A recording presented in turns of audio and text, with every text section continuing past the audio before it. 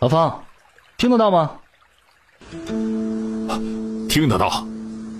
出什么事儿了吗？很复杂，莫要靠近。显而易见，此地秘境的危险程度远远超出了之前的预料，不是普通修士可以待的地方，尽早撤离才是最佳的选择。他没事儿，你不用担心。有什么事儿咱们先出去再说。方庆云十分忌惮不远处的红土疆域，里面肯定隐藏着未知的东西，让人心生恐惧。师叔，师叔，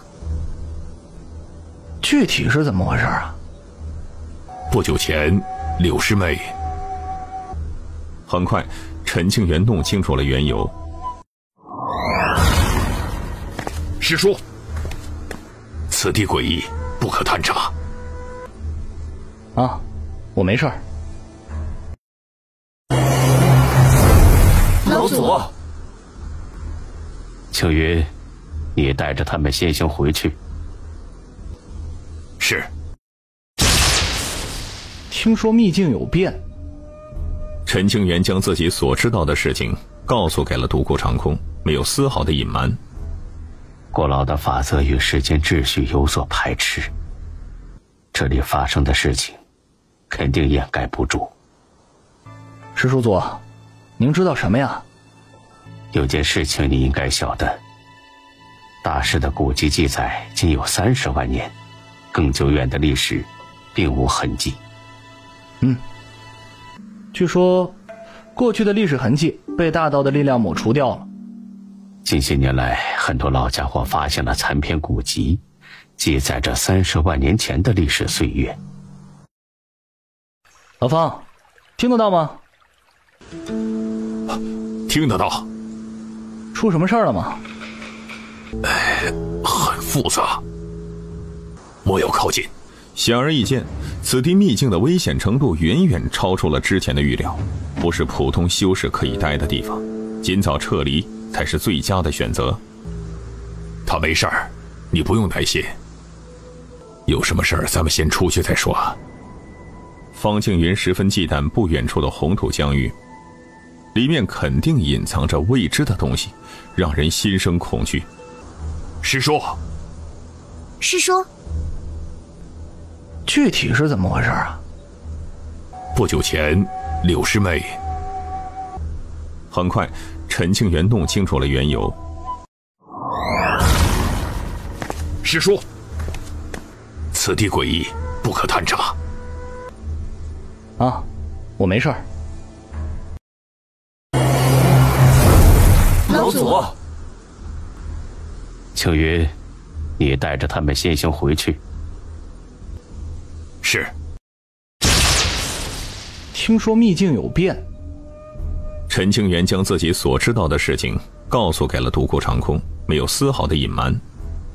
古老的法则与世间秩序有所排斥，这里发生的事情肯定掩盖不住。师叔祖，您知道什么呀？有件事情你应该晓得，大师的古籍记载仅有30万年，更久远的历史并无痕迹。据说过去的历史痕迹被大道的力量抹除掉了。近些年来，很多老家伙发现了残篇古籍，记载着30万年前的历史岁月。这是一件从未有过的发现，并且随着时间的流逝，残篇古籍也变得多了起来。百脉盛宴每隔万年开启一次，持续100年。此次盛宴，有人得到了上古传承，有人发现了古籍残篇，还有地冰碎片的出现，南渊的地宫从深渊而现，等等事件，皆意味着这个时代的与众不同。陈庆元听着沉默不语。此地的法则甚是诡异，每一寸土地都留下了经久岁月的痕迹。老朽曾研究过一些残本古籍，有所收获。这处地方应该是旧土。旧土？陈清源神色诧异，第一次听到这个词汇。承载了古老痕迹的土壤，诸多的时代曾在这里发生过。100万年前的岁月，我等称之为旧古时期，一个距离我们极为遥远的过去，一切都是未知的。30万年前与100万年前的那段岁月，称其为上古时代；100万年前的无边岁月则为旧古。如果这里是旧土的话，那么很可能残留着100万年前的法则痕迹，或者是一些东西。消息一旦传播了出去，必会引得无数势力蜂拥而来，一探究竟。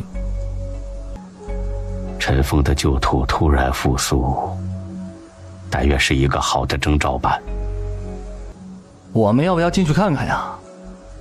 还是算了吧。独孤长空其实也想探查一下旧土，可是深思了一下，还是放弃了。先回去再说。地州，位阶星域，顶尖势力大悲观。东南方向的一颗古星有所异变，要不要派人过去看看？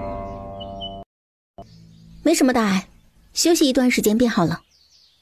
柳灵染及时得到了诡异公孙楠的治疗，稳住了动摇的根基，后续只要按时治疗便可，不会落下病根。最近这段时间真是辛苦姐姐了。身为青宗的客卿长老，这是我应该做的。姐姐有件事要跟你说说。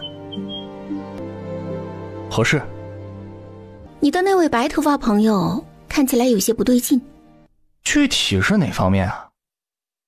他的情况很特殊，我治病多年还是头一次碰到。简单来说，假如他的身体是一个容器，以前容纳了某些东西还有剩余，现在那些东西已经远远超出了容器本身的范围。奇怪的是，他的身体居然没有炸裂，甚至还处于一种诡异的平衡。如果不及时让他的身体恢复正常，可能会有性命之忧。当然了，这只是我的猜测，也许他的身体会发生变化。我应该听懂了吧？这可能是与他修炼的禁术有关，外人插不了手。那可不一定。姐，你有何看法？我为柳丫头治伤的时候，那小子体内的平衡明显有所波动，直到柳丫头伤势逐渐好转，那小子才默默离开，再无变化。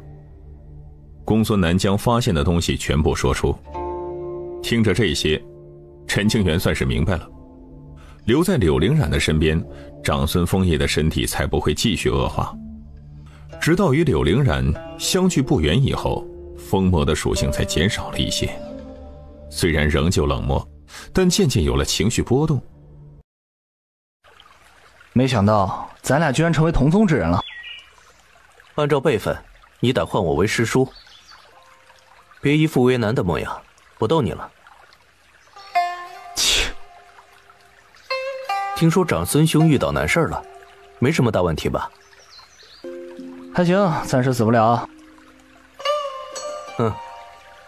经过一段时间的闭关，吴君言的修为有所提升，对青宗的道术也有了更深层次的感悟。师兄，我能进来吗？进来吧。有什么事？这个东西给你。这东西。随后，陈清源讲述了掌门令牌的前因后果。你得到了先祖意志的认可，还是由你拿着吧。我不要。你本就是一宗之主，此物理应由你来执掌，而且我留着也没用啊。不给林长生拒绝的机会，陈清源说完转身就走。人中而道远呐。老祖，最近有不少势力发来传音，想打探一下那颗星辰。让他们查吧。是。只要独孤长空一日没死，那么便不会有人敢冒险进攻青宗。老爷子，您要去镇守魔渊吗？魔渊的封印逐渐松动，再不去的话，后患无穷。请恕弟子言语不当，咱们完全可以不予理会，随便怎么样。只有当天下修士受够了伤痛，才才能明白青宗的恩情和齐心协力。陈庆元知道魔元爆发以后会有无数的无辜之人惨死，但是他不愿意让老爷子赴死，因为青宗死的人已经够多了。傻孩子，有些事总有人去做，若是让李周化作了魔土，导致无数生灵死去，岂不是辜负了祖上先贤的意志？您若去了魔渊，青宗该怎么办？没了老爷子的坐镇，青宗仅凭大成巅峰的林长生是根本稳不住局面的。青宗的未来自有定数。您真的决定了吗？老朽苟活了这么久，该去赎罪了。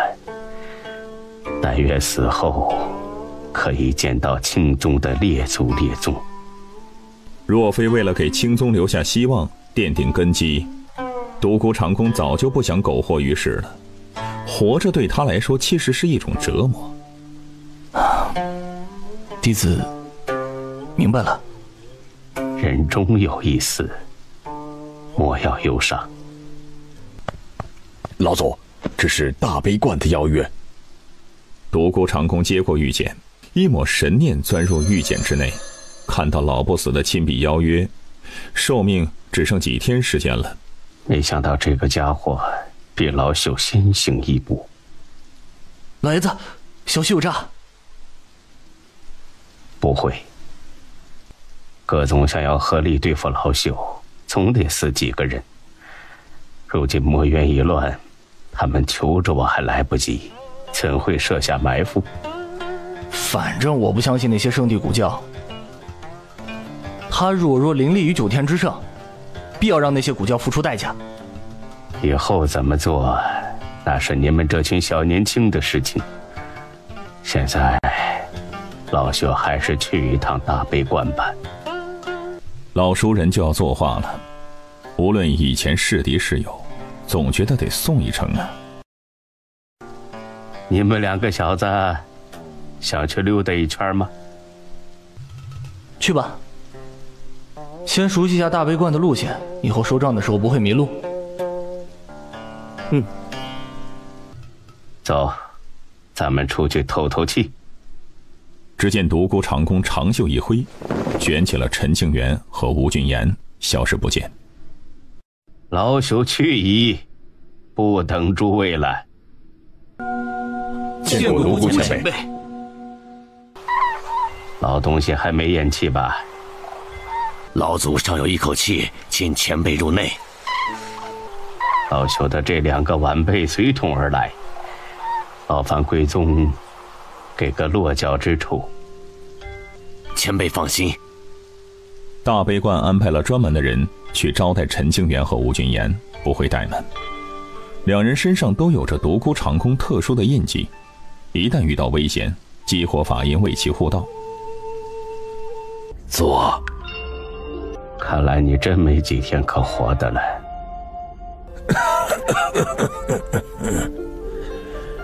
终究败给了这贼老天呐！古籍上再怎么风华绝代的人物，也都要走到这一步。岁月的力量才是真正的不朽。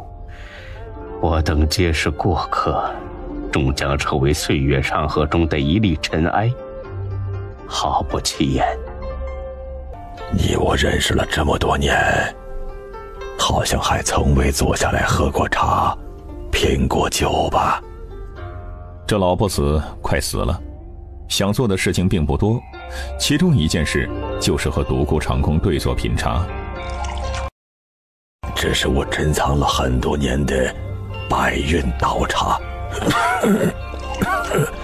你尝一尝。好。确实不错，难怪你藏到现在才肯拿出来分享。我都这样了，你还损我？现在不损你，以后可没机会了。说真的，我以前可恨你了。现在呢？也恨。都快死了，往日之事还是释怀吧。我就搞不懂了，为何嫣儿如此钟情于你，一生不嫁呀？老不死口中的嫣儿，正是独孤长空以前的爱慕者。其实若无青宗之事，独孤长空肯定会和嫣儿成婚的，结为伴侣，一生逍遥。可是为了宗门的意志，独孤长空也只能拒绝嫣儿的情谊，苦心修道，不问红尘。你不还是一样，一生未娶？其实啊，我们本可以成为朋友的。现在交个朋友也还来得及。算了吧，老夫对你啊还是很不爽。不爽就不爽，反正你奈何不了我。有道理。别说老不死现在这副模样了，就算是鼎盛时期，也不可能是独孤长空的对手。你要我过来，应该还有别的事吧？有。提到正事，老不死语气变得凝重了几分。大悲观欠青宗的，该如何还呢？70年前，我邀请36宗的掌权人商议往日之事，可是没几个宗门愿意真心配合。现在大悲观想解决这事，怕是不容易。那段时间我在闭关，看能否冲破枷锁，再活上1000年。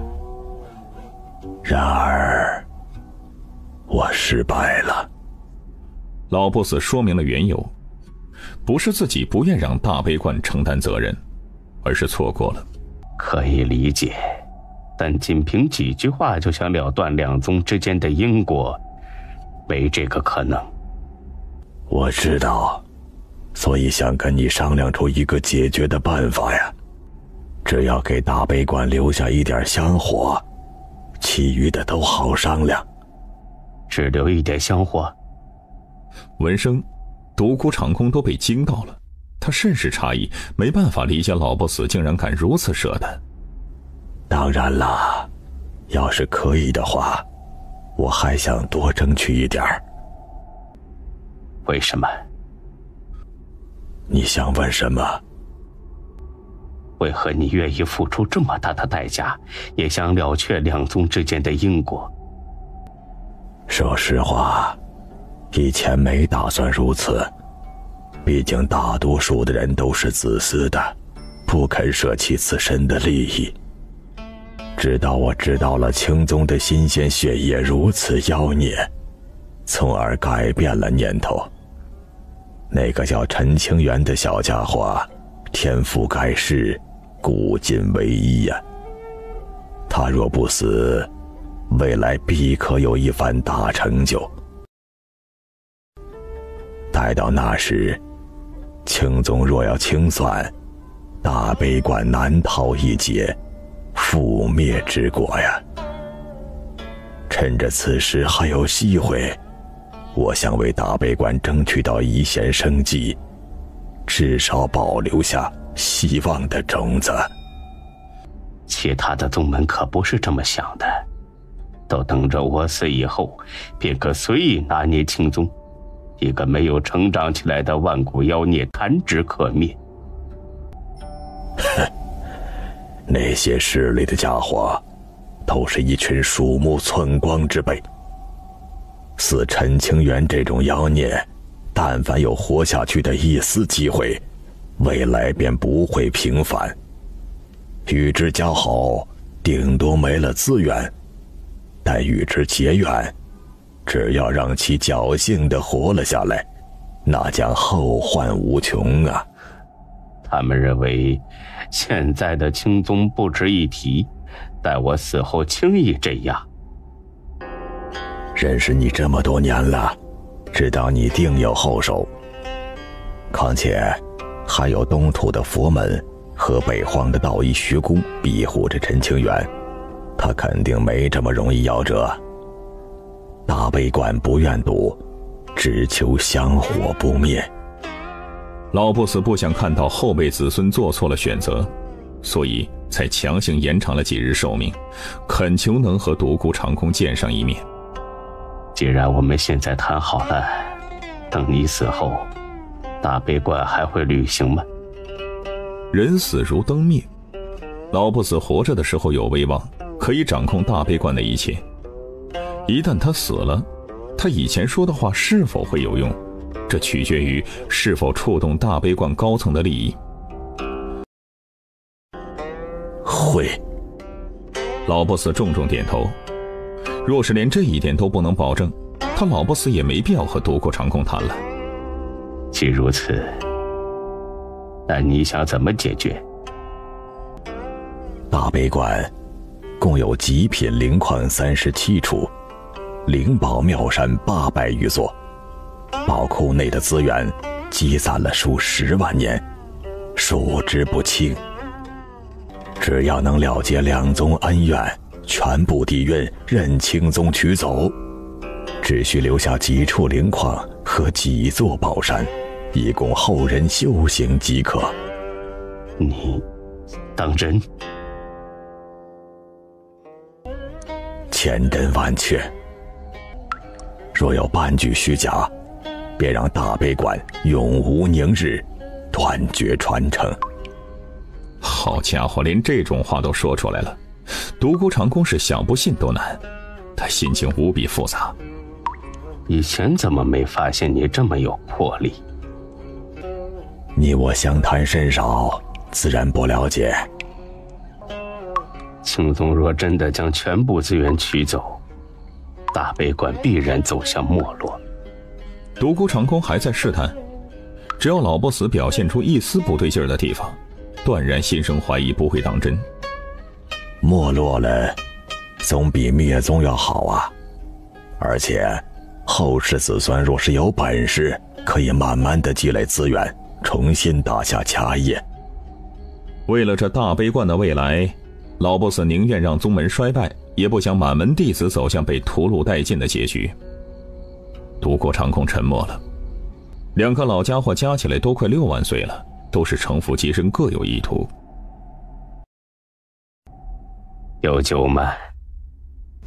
拂袖一挥，桌上出现2壶好酒。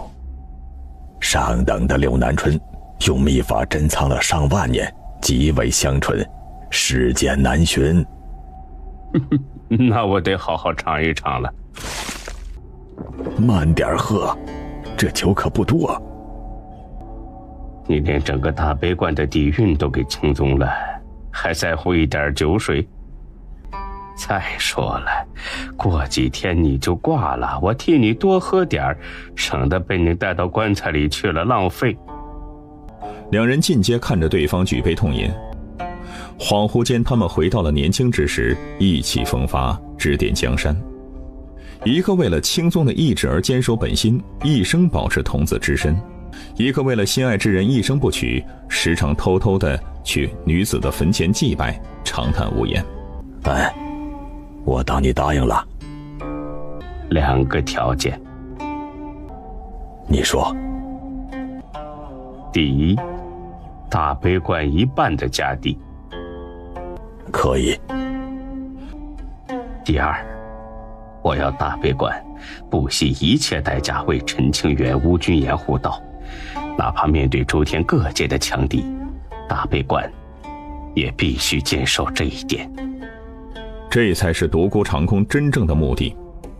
化解恩怨可以商量，前提是要有勇气与天下强者为敌，让清宗后辈成长起来。听到这一点，老不死沉默了。这第2个条件，我希望大悲观能够办到，但难以保证。这就看你的本事了。独孤长空明白老不死的为难之处。偌大的宗门派系众多，他不是一条心。要不了多久，我的人生也将走到终点。大悲观若想化解恩怨，自然是清宗的后人去评判。倘若大悲观没有尽心履行约定，也是后辈子孙去解决这件事情。人去楼空啊！我这糟老头子的话，不知后世子孙是否会听啊？以他的眼力可以看出，青宗的崛起之势不可阻挡。要是再不与青宗了结昔日旧怨，以后可能就没有大悲观了。那是你的事情，我会尽力的。青宗的后辈恩怨分明，若大悲观往后真的愿意悔改，我相信结局不会差。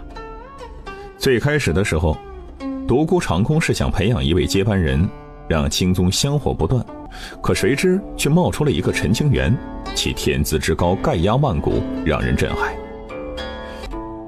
人死了，是烟消云散呢，还是会去往传说中的冥府呢？不知道。你说，这世间有长生之法吗？长生法。独孤长空沉默了。纵观古今，强如大地，也不过仅有10万年的寿命。我死后能否见到嫣儿啊？老东西啊，说句实话，我真的很羡慕你，也佩服你。与君相识，幸。共幸。这是仅剩的一些酒水，你拿走吧。老 boss 自知没有福气享用了，留给后辈也纯属糟蹋。好，走吧。这一别，却是再无相见之日。过往的种种恩怨都随风而散了。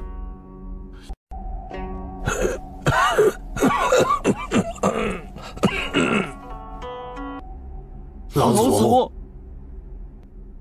今日让你们过来，是想交代一些事情。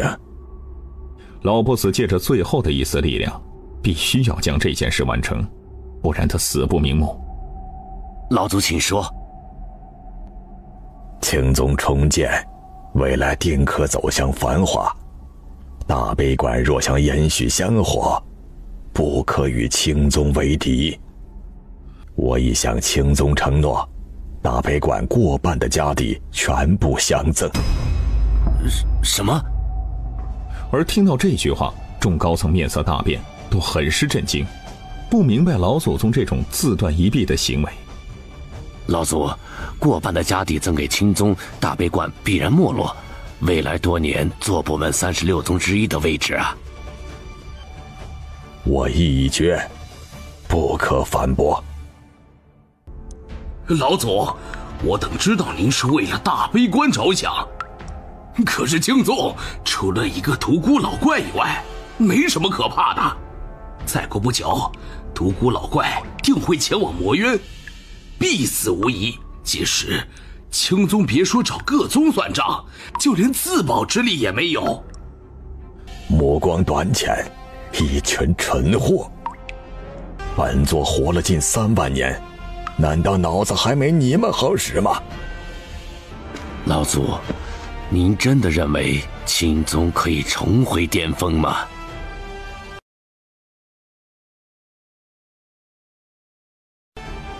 青宗那个孩子，一体3丹，无上道骨，身怀大气运。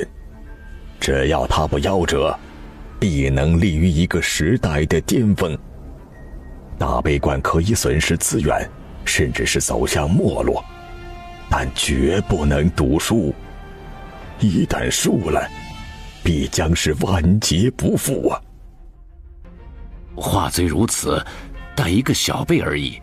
地州诸多强者想要将其捏死，断然成长不起来呀！糊涂！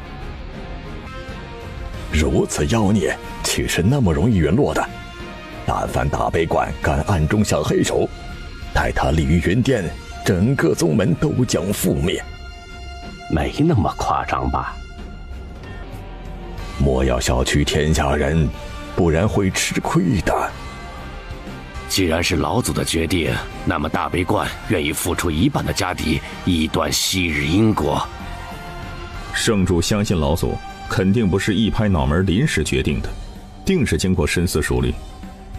了结旧怨还不够，自今日起，大悲观将无条件站在青宗那边，为青宗的2个小家伙护道，哪怕与天下为敌，亦不可退。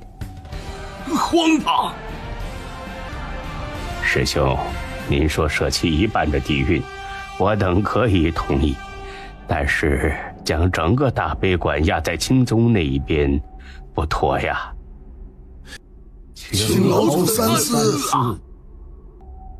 我还没死呢。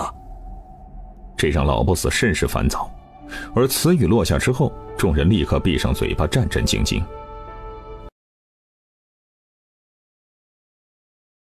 若是你们还认我这个长辈，相信我的判断力，那就听话；若不认，他日大悲观大祸临头，莫要在我的坟前懊悔落泪，脏了我的长眠之地。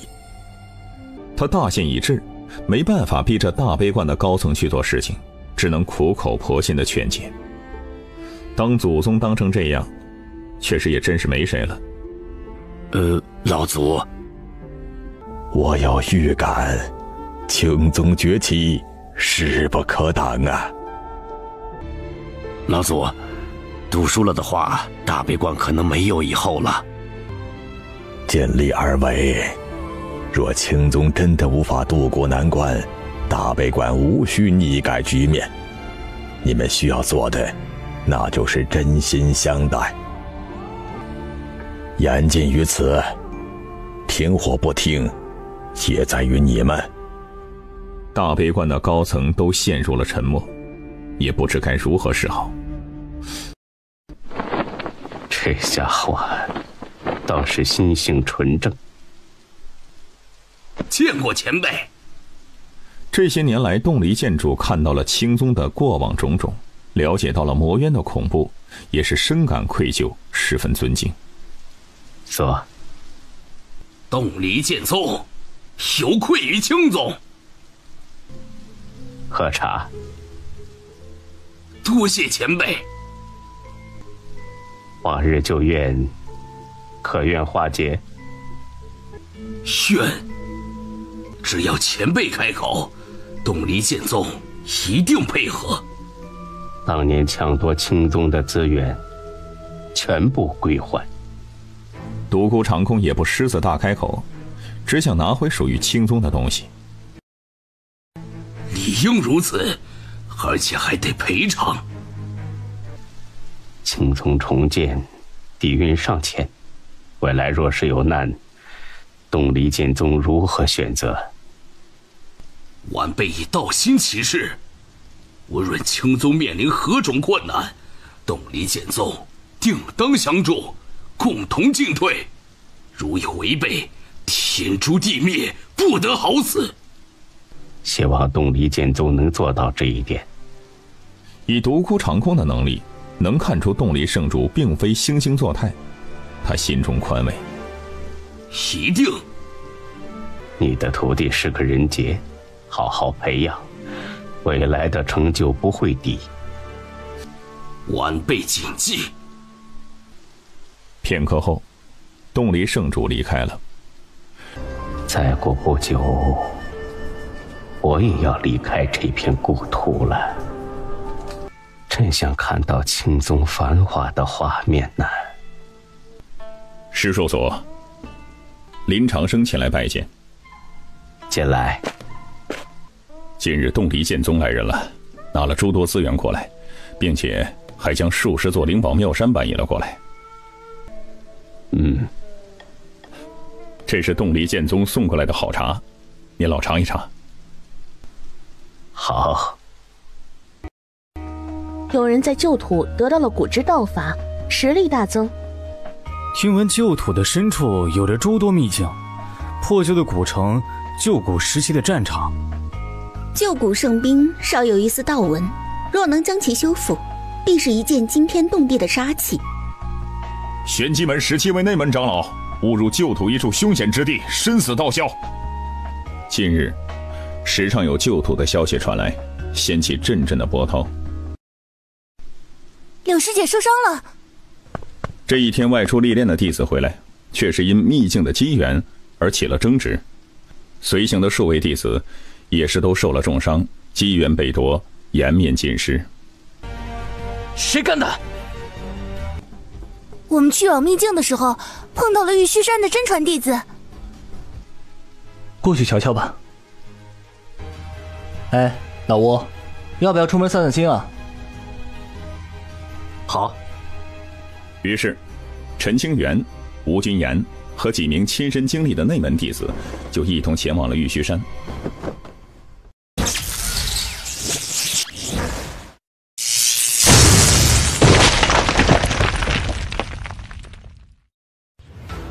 谁那么大胆？小娃娃，你知道自己在做什么吗？我认识他，北荒缥缈宫的圣子，几名长孙枫叶。缥缈宫的圣子居然敢来我玉虚山捣乱，拿下他，让缥缈宫的高层过来道歉赎人。我看谁敢！诸位来我玉虚山，有何意图啊？不久前，玉虚山与我青宗发生了摩擦，同辈争锋难免会有死伤，这一点我等还是明白，所以我等不是来找麻烦的，只是听闻玉虚山人杰辈出，特来邀战同辈，切磋论道。玉虚山的年轻一辈暂时没空，不接受诸位的邀战，请回吧。自从百脉盛宴结束以后，陈清源可谓是名动天下，同辈之中难觅敌手。纵观整个玉虚山，也无一人能和陈清源扳扳手腕。既然如此，那我们也不强求了。从今天开始，我等就待在玉虚山之外，若有同龄人外出，一定讨教。放肆！同辈切磋，我等哪里放肆了？明人不说暗话，你究竟想怎样？这要不是忌惮青宗的老祖宗，玉虚山哪能容得了陈清源这般嚣张，早就一巴掌把其镇压了。玉虚山的几位真传弟子不仅抢夺了我青宗弟子的资源，而且还多次下了死手。若不是门中弟子有自保之力，恐怕是没法活着回来啊。同辈之间起了摩擦，乃是正常现象。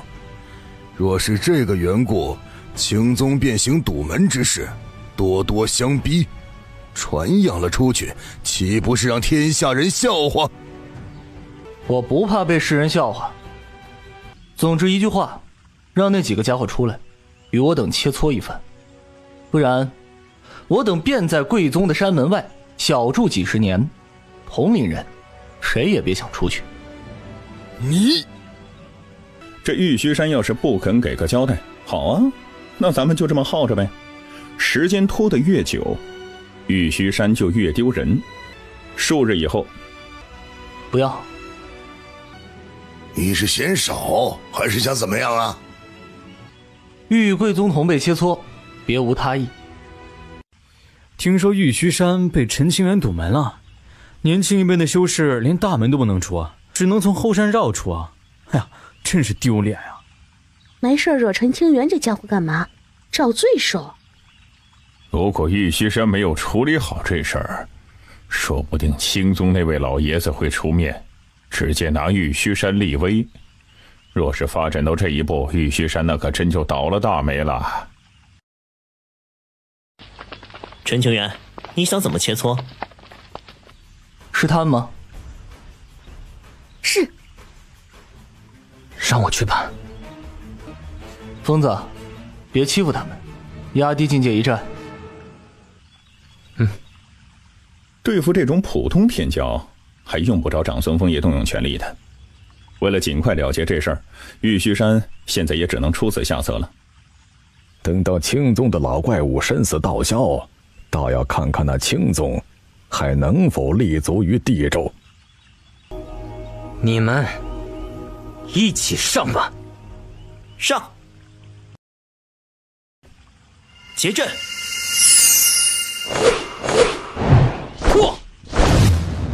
人结成的沙阵剧烈的震动，阵法结界出现数道裂痕，而且快速的蔓延向其他的地方。此子的实力居然如此强！同境界一战，3人联手都打不赢他，怕是要分出胜负了。长孙枫叶一连数拳都打在阵法的同一个位置上，轰的一下，阵法直接破碎。我们认输。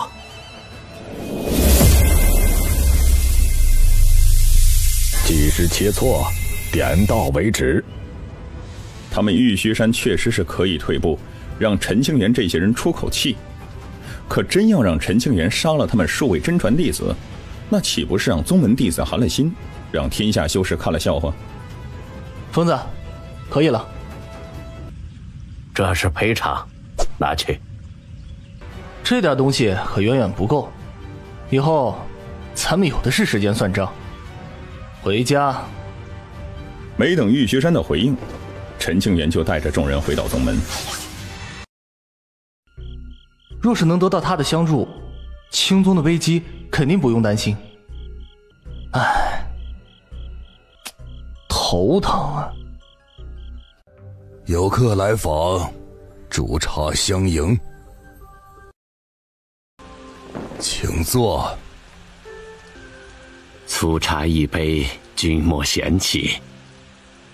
此地山清水秀，处处透着道运灵妙之意，确实是一个极佳的隐居之所，令人羡慕。养老之地而已，岂能入得了独孤先生之眼？天一变，诸位还有闲情雅致泡茶，吃准了老朽不会坐视不理，是吗？并无此意。莫怨老朽会去，但是去之前总得做些事情。先生有何指教，请直言。儒道一脉的高手，不可欺压青宗后辈。儒门还是要点脸面，不会无故巡视。李氏，没这个必要吧？要么立誓，要么老朽提前结束诸位的隐居生活。这赤裸裸的威胁，然而3位大儒却不敢有一丝强硬的态度，皆是低眉不语，暗中交流。以独孤长空的能耐，要是铁了心拿儒门立威，整个儒门虽然不至于覆灭，但是肯定没什么好下场。儒门所有大能联合起来，估计都打不赢独孤长空。我等以道心立誓，儒门大成初期以上的修士，1000年内绝不会主动寻找青宗的麻烦。若有违背，立誓之人当神魂俱灭，永堕深渊。我等以道心立誓，儒门大成初期以上的修士，1000年内绝不会主动寻找青宗的麻烦。若有违背，立誓之人当神魂俱灭，永坠深渊。我等以道心立誓，儒门大成初期以上的修士，1000年内绝不会主动寻找青宗的麻烦。若有违背，立誓之人当神魂俱灭，永堕深渊。这杯茶味道不错。独孤先生，其实儒门一脉本就没打算找青宗的麻烦，立誓不过是一种形式。青宗面临的危机是藏在暗处的那些家伙，待先生走后，局势难解啊。我劳诸位费心。他要尽可能地减轻青宗的压力，确保陈清源等人可以成长起来。此前玉寿宗主被困听道山100年，诚意十足。如果有心赔偿，可以与青宗了断恩怨。依你所言，如此甚好。独孤长空缓缓点头，去了下一个地方。我等拜见前辈。可知本座来意，请前辈明示。青宗不可入。众人的心脏都是一颤，弯腰的幅度也又低了几分，生怕是惹得这位老爷子不开心呢，从而给他们引来大祸。独孤道友，来了不少人，想与老朽掰手腕吗？前辈仅差一步便是准地，我等自知实力有限，不敢。集结了一大帮人，有何来意？我等知晓前辈的顾虑，特来声明一件事情。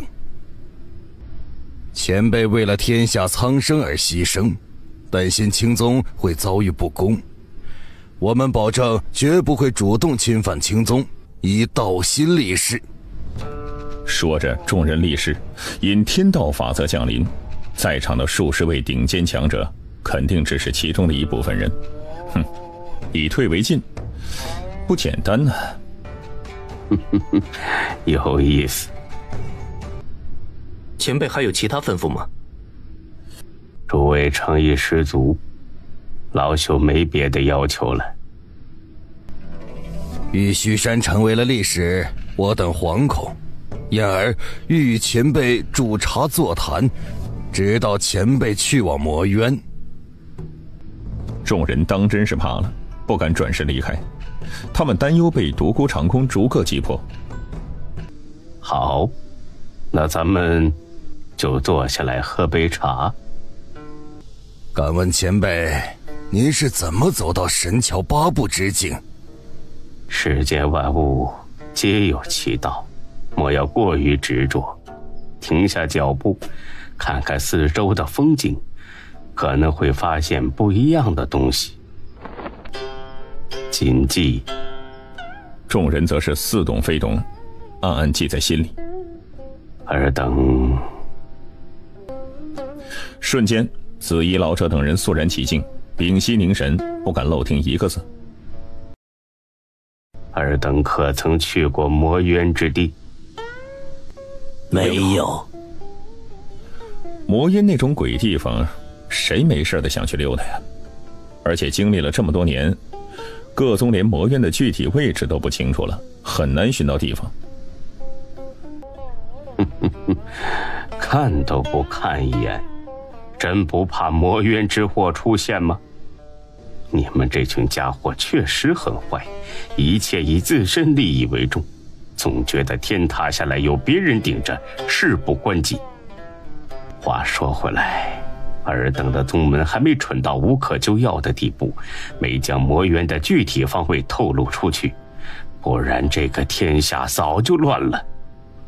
世上有不少潜伏着的魔修，自然是很想让魔渊爆发，他们想让世界化为魔土。这无数年来，魔道修士打探着魔渊的位置，欲要倾尽全部之力让封印动摇。我们没帮上青宗的忙，总不能添乱啊。封印镇守了魔渊30万年，修修补补，总归有彻底破碎的一天。到那时，诸位有何打算？是否想过？诸位不配与老朽对坐饮茶。愚昧之人，终将会付出代价。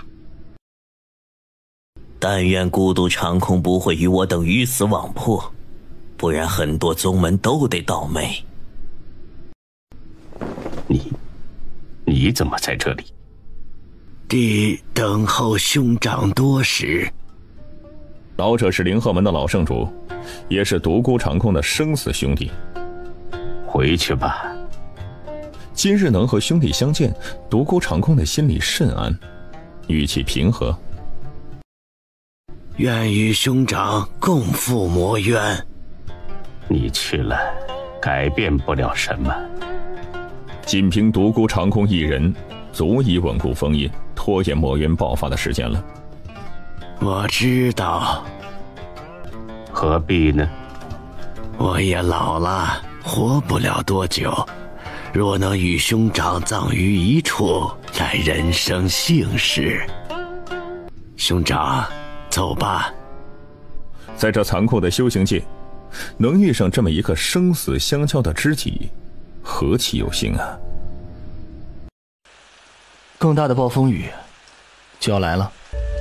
想要成为顶尖古宗，底蕴要足，镇宗之物要有，并且还需要有大能坐镇。师弟，想什么呢？青宗往后的路可不好走了。莫要担心，这些事儿，老爷子离开时已经安排好了。哦，师兄能否细说？你到时就知道了。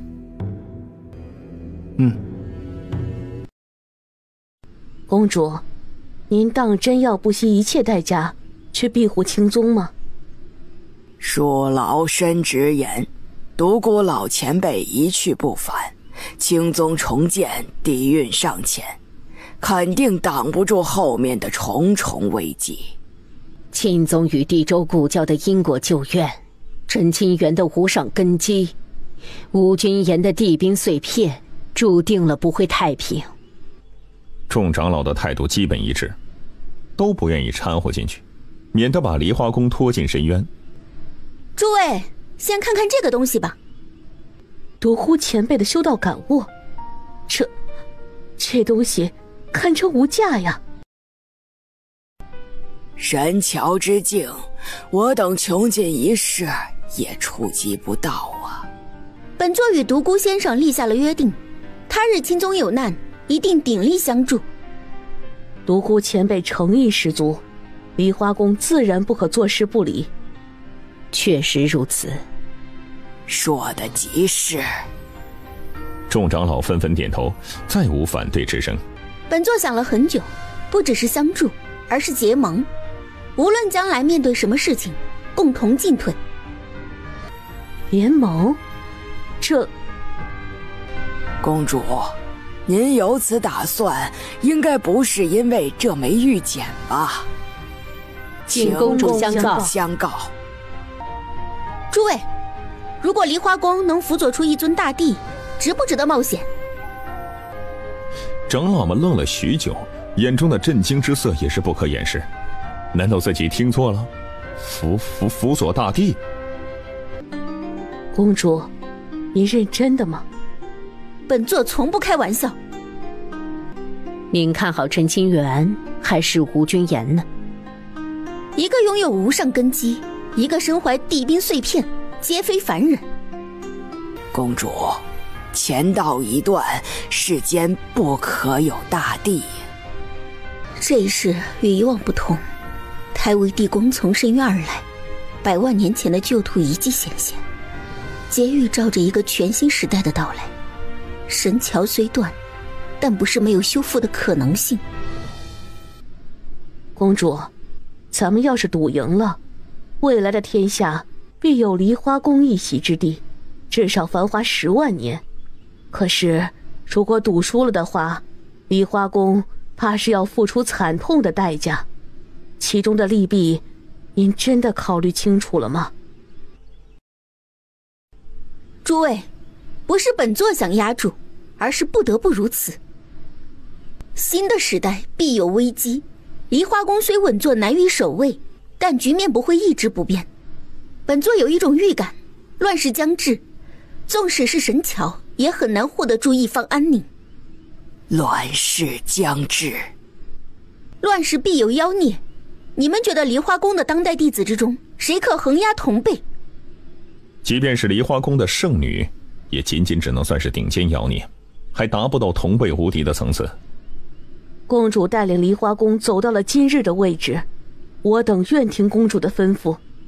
安排一下，近期便赶往青宗，商谈联盟之事。是。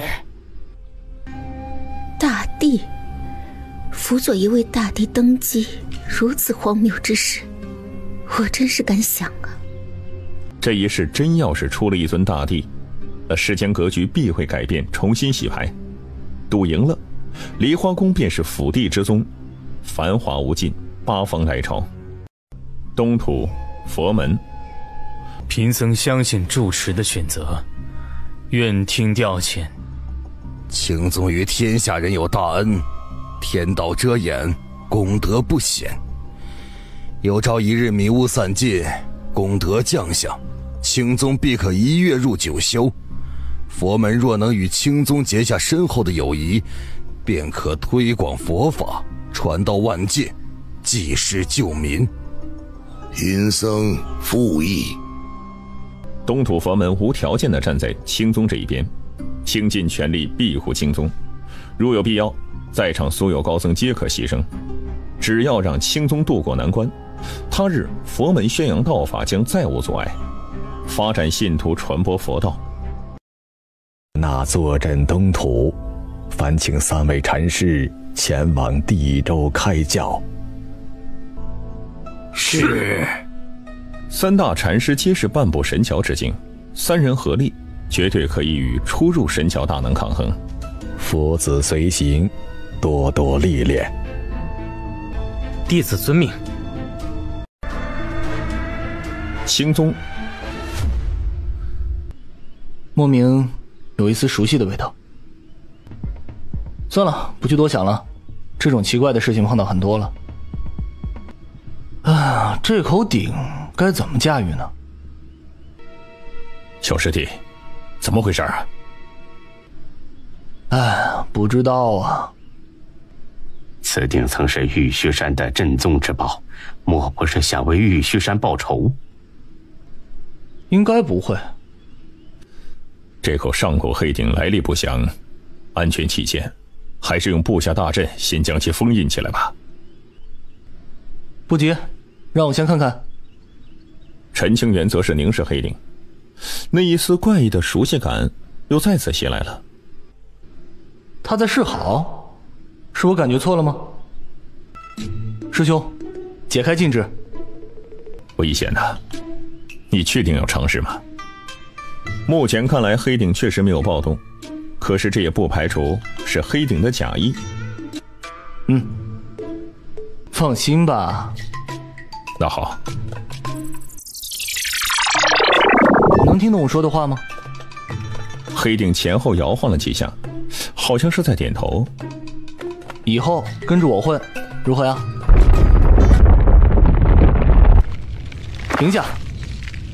与此同时，陈清源感受到了黑鼎的善意，这黑鼎就悬浮于空中一动不动。就这？也不难驾驭嘛，不就是几句话的事情嘛。真要跟我混，那你就老实点，以后得听我的话。要是你答应，那就点一下，别一直晃，打坏了家里的东西可不好。在说这话的时候，陈庆元心里多少是有点没底，生怕黑鼎突然反悔，一道威压就把自己掀翻了。你这体型太大了，能变小点吗？这也可以啊。还是大了，不方便携带。短短几个呼吸，如同一座小山般的黑鼎就直接变成巴掌大小，飘到了陈清源面前。难道我真的是天选之子？不是吧？众长老也看呆了，这么恐怖的上古黑鼎被陈清源3言2语就收服了，太离谱了吧？师兄，此鼎以后便交给我吧。可以。由于黑鼎受损严重，灵智十不存疑，他只知道一点，跟着陈清源肯定没错。刚才发生了什么呀？清源天赋异禀，气运非凡，纵然是上古圣兵也愿相随。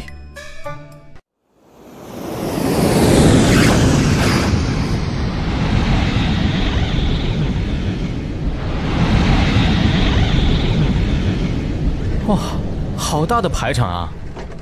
是啊是啊，阵仗真不一般啊。梨花宫来此，不知有何意图？不是坏事儿。老爷子曾说，梨花宫是有飞敌，若遇危难可以求助。只是即便青宗和梨花宫的关系比较友好，也用不着如此大动干戈吧？倒是有些奇怪呀。林长生眼里闪过一丝疑色，给予了梨花宫最高规格的待遇，亲自出门迎客。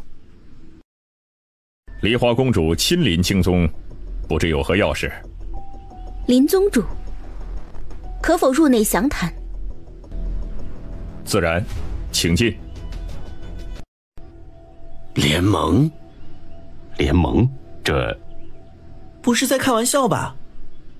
以梨花宫的底蕴和地位，他犯不着和青宗结盟吧？没了老爷子的青宗，那是摇摇欲坠。梨花宫突然提出结盟之事，会不会有不好的图谋啊？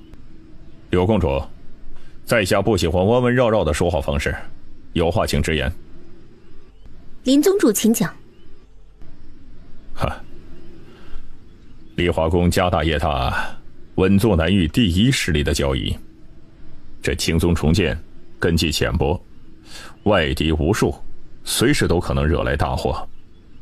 贵宗想要和青宗结盟，那岂不是自找麻烦吗？何必呢？诚然，青宗危机四伏，强敌无数，梨花宫底蕴深厚，局势安稳。但是大势已至，天下格局必然有所变化。梨花宫如果一成不变，想要长盛不衰，根本没有这个可能。梨花宫与青宗结盟，想帮助青宗度过劫难。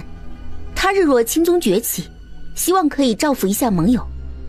柳公主这是投资？是。不怕翻船吗？怕，但我相信自己的判断力。你看上了青宗的哪方面，值得你这般冒险呢？事关青宗的未来，林长生必须得问个明白，不可能留有隐患。陈清源、吴君言，他们成长起来还需要很长的一段时间呢。梨花宫等得起？大事争端时常发生意外，若是事情的发展超出柳公主的预料，你不后悔吗？本座既然赌了，输了也绝不后悔。柳公主，愿两宗结盟以后，契约长存，同舟共济。宫殿的紧张气氛顿时缓和了，两宗的长老也开始聊天，欢声笑语。师叔，梨花宫圣女求见。知道了。圣女，许久未见了。陈道友，圣女询我有何事？两宗联盟之事，陈道友可知？哦，是吗？关于联盟，道友怎么看？这是一件好事，以后青宗与梨花宫便是盟友，共同进退，福祸相随。来之前，梨花宫高层和王书童说了一件事儿：若是两宗可以联姻，那么盟友的关系将会更为牢固。梨花宫就希望圣女能和陈清源多多接触，看看能否培养出感情。丫头，似他那样的万古妖孽，纵观历史的长河，也没有第二人。如果你能与他结为道侣，对你不是坏事。陈清源表面上看起来很随和，心里却始终有一道屏障，将所有人拒之于外。圣女，若是成了倒还好，若是不成，一定要及时收手，莫要动了真心，不然受伤的只会是你呀。尝试一下即可，不行则退，保持距离，不要深陷泥潭。圣女，陈道友，旧土之事可曾听说？听说了，距离青宗不远。这次梨花宫前来，不仅是为了与青宗联盟，而且还想弄清楚旧土之事。旧土太过神秘，梨花宫若要探寻，注意安全。陈清源始终和王书童保持距离，笑容虽是如春风，可却是给人一种疏远的感觉。陈道友难道对旧土没有兴趣吗？青宗的麻烦事太多了，就算是有兴趣，也只能忍着，不敢以身犯险境。确实，商谈好像结束了，我先走了。好。师兄，真决定联盟吗？这对青宗不是坏事儿。有着梨花宫相助，可以解决很多难事。话虽如此，但梨花宫此时结盟，肯定意图不轨。确实是有意图。梨花宫不仅想结盟，还想联姻。联姻？谁啊？你。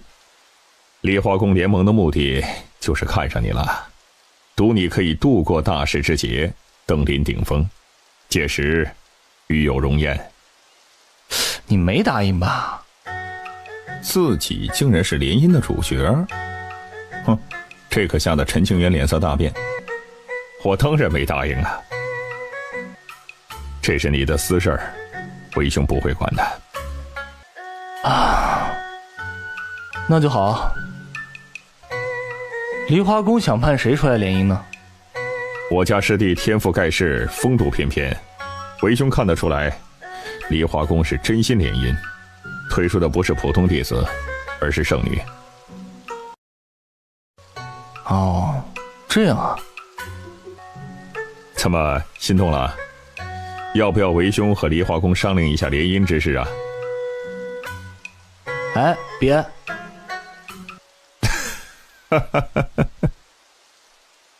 联姻之事万不能答应，我没有心思寻找道侣。你放心好了，这是你的人生大事，为兄可不会替你做主。两宗联盟还有很多流程要走呢，为兄去办正事了。让师兄费心了。你要站在这里多久？进来喝杯水吧。给你，要不要？要。你来找我，却什么话也不讲，不知你是何意？对不起。没关系。还有，谢谢你。长孙公子，缥缈宫的大长老来了，欲要与你一见。有些事，总归是要解决的。长孙枫叶决定回去。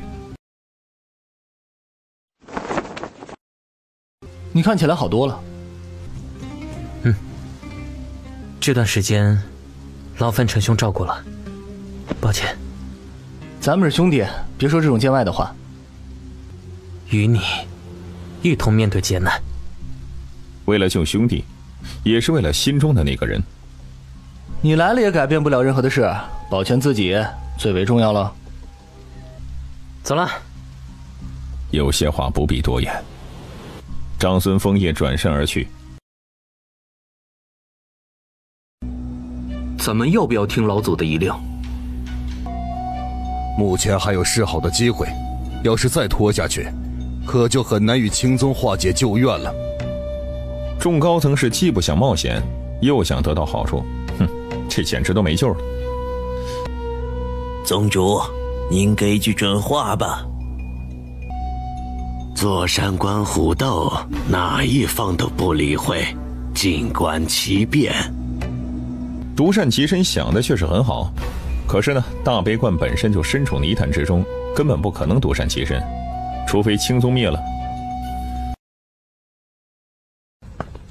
门外有一人想要求见师叔。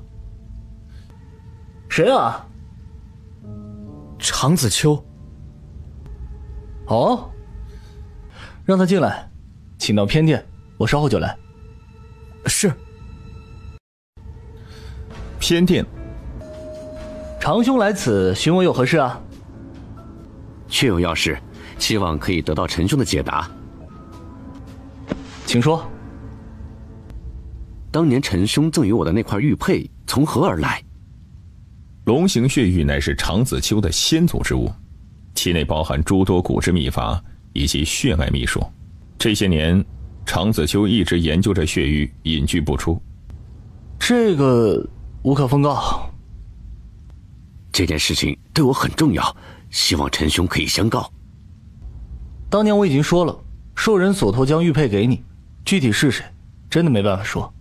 因为红衣姑娘早就有言在先，不能透露关于她的任何事儿，所以陈庆元也只能憋着。既然陈兄为难，那我不问了。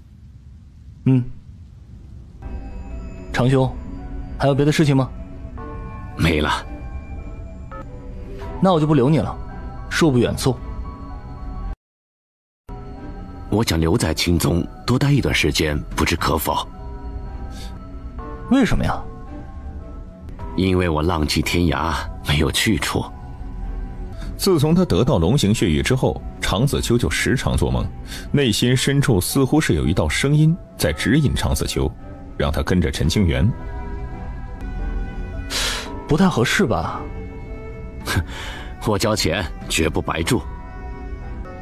都是兄弟，这么客气啊？等下我就给你安排地方，想住多久都行。有了钱，那是什么事都好办。从今日起，长子秋就住在了青宗。在没弄清楚内心深处的那一丝羁绊之前，他是不会离开的。该死，这群死秃驴，大老远从东土跑过来凑热闹，真是混蛋。据说佛门的3位禅师全部来到了地州，咱们要是与佛门硬碰硬，怕是讨不到什么好处，只能放弃玉虚山的传承之地，争取其他的资源吧。佛门高手如云，底蕴深厚，寻常的一流势力哪敢得罪啊？诸位高僧，此举不妥吧？有何不妥？佛门占据了东土之地，传道万余，信徒无数，如今来到了地州，难不成还想侵占各方宗门的利益吗？佛门并无此意，只想传播佛法。抱歉，帝都没有佛门的位置，还请收手。此乃无主之地，诸位施主有什么资格阻止贫僧？这里曾是玉虚山的根基，虽说现在沦为了无主地，但也不是地州之外的势力可以染指。可笑！还请诸位高僧好好斟酌，莫要一意孤行。3月以后我等再来，若是佛门不肯让步，休怪我等不讲情面了。说完这句话之后，众强者转身离去，井然有序。怎么办？回去再说。来者不善，不可轻视。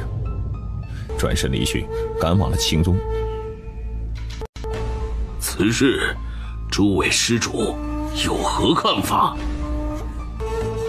明面上是冲着佛门来的，实际上怕是想以此为借口来对付青宗。哦，可否详说？众所周知，佛门与青宗交好，暂留于青宗做客。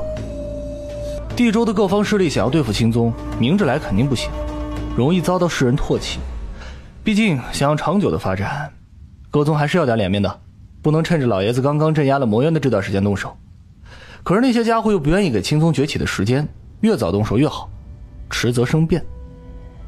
如此，他们需要一个对付青宗的正当理由，师出有名，佛门便是突破点。佛门若是要在地州传道，必会影响众多势力的利益，以此为借口，联合群雄阻拦佛门。我估计那些势力肯定会前来青宗，逼走佛门。青宗若不管不问，肯定与佛门生出了间隙，以后少了一大助力。若与佛门共同进退，正中某些人的下怀，有了对青宗下狠手的理由。无论青宗怎么选择，都是不利之举啊。陈庆元简要地说了一下自己的看法。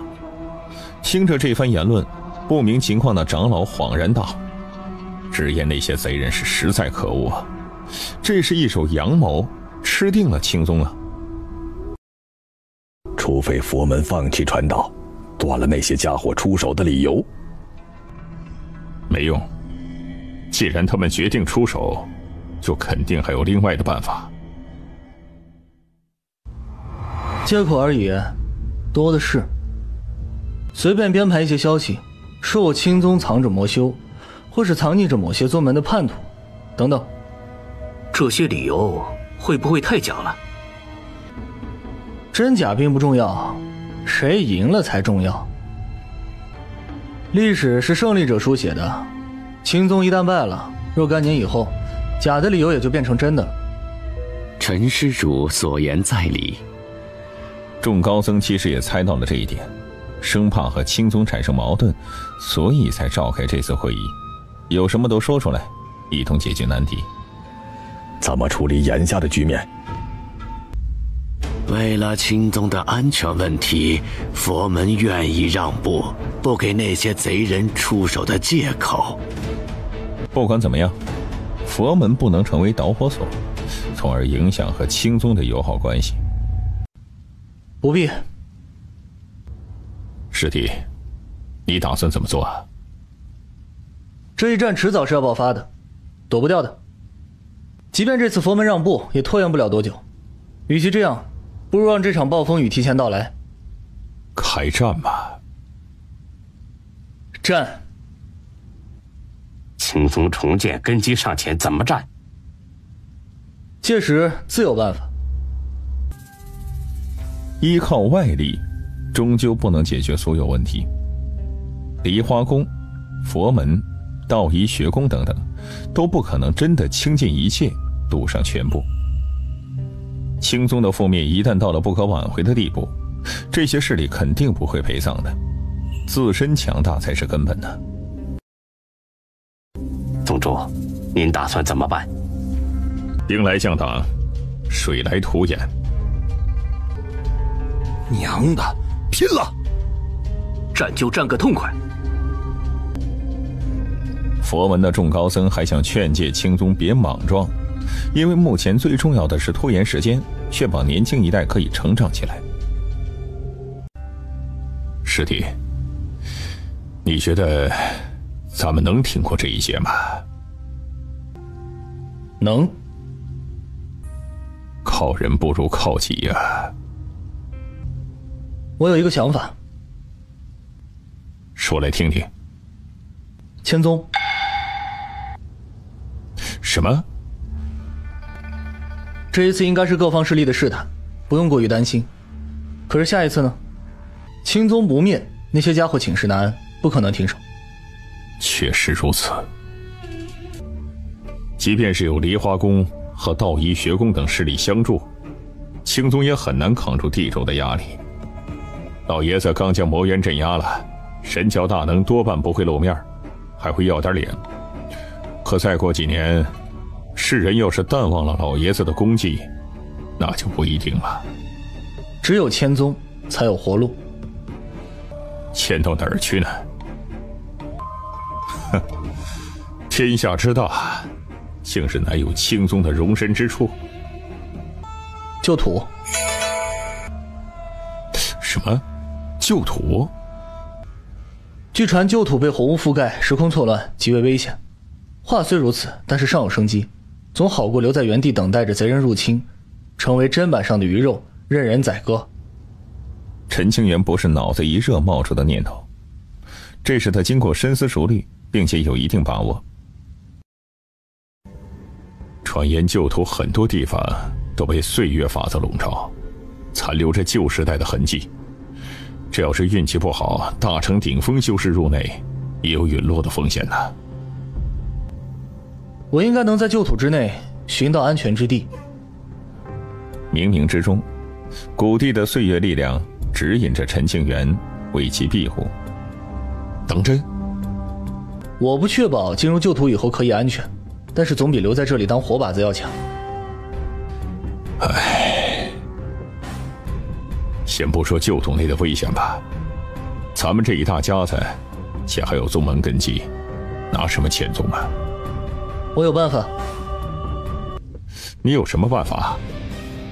可迁宗之事关乎到青宗的根本，不可马虎啊。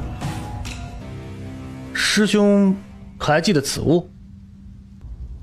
玉虚山的镇宗之物，难道此物能帮到咱们？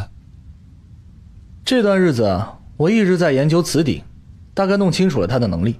只要有足够的资源，我便可以撬动青宗所处的这片疆域。此鼎之神秘，蕴含无上威力。奇怪的是，黑鼎却很听陈清源的话。师弟啊，这事可不能开玩笑啊！若无把握，我不会说出来。你容我考虑一下。千宗乃是大事，师兄身为宗主，由你来决定。即便打算迁至旧土，也需要不少的时间。好好准备一番，此次劫难，必须要挺过去。如果可以，陈清源甚至都想把青宗移至天渊。若是有红衣姑娘庇护，他根本不惧外敌。只是这儿距离北荒太过遥远了。旧土。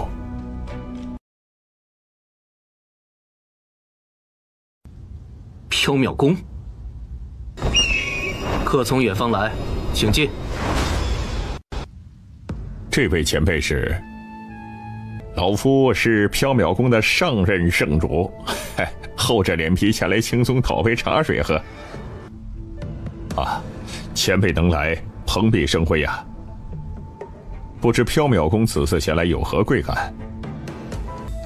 林宗主，此次我等前来是来道歉的。道歉？青宗和缥缈宫从未结怨，这何来道歉之言？多年前，缥缈宫的某位长老自作主张，不小心欺负了贵宗的真传弟子柳灵染。柳丫头，众人眼中尽是一色，就从来没听说这事儿啊。当年柳灵染受了欺负，他不想给宗门带来麻烦，也就没有上报。诸位难道不知？不知。陈长老对此事知情。师弟，究竟是怎么回事啊？柳丫头外出历练的时候，被缥缈宫的一些家伙欺负了。后面我知道了这事儿，已经为柳丫头出头了。陈清源简单的讲述了一下这件事的前因后果。既然事情已经解决了，缥缈宫没必要登门道歉。这事儿错在缥缈宫，理应上门道歉，以免产生了误会。一前人心里却不这么想，真要是可以，那绝对不来丢这个人，这也是被逼无奈。恕我直言，缥缈宫若真有心致歉，为何以前没有表示，偏偏在这时候？疯子这家伙难不成把刀架在了缥缈圣主的脖子上吗？就算是长孙枫叶身为缥缈圣子，也不可能让圣地高层低头道歉吧？真是奇怪啊！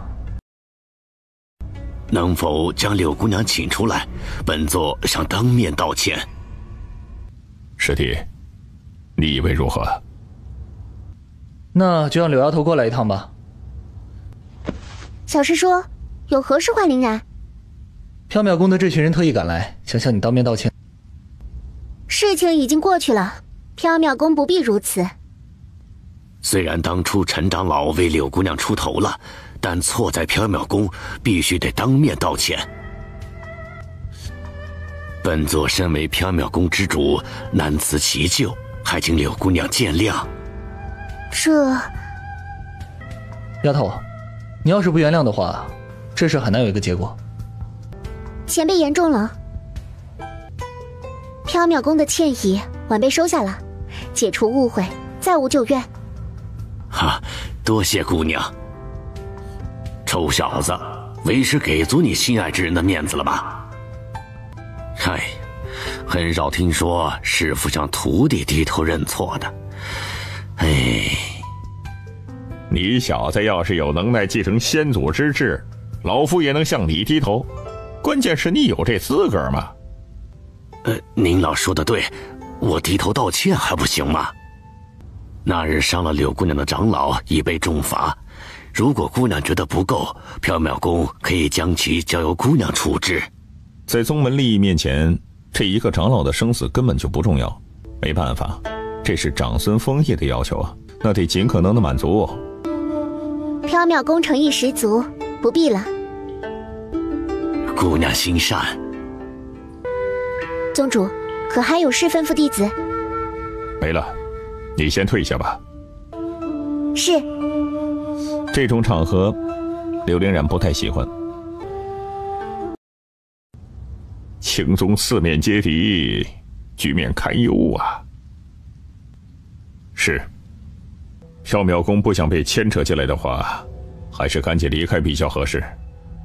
老夫这个人呢，比较喜欢冒险，愿助青宗一臂之力。前辈这句话是什么意思？缥缈宫人员众多，不可赌上一切。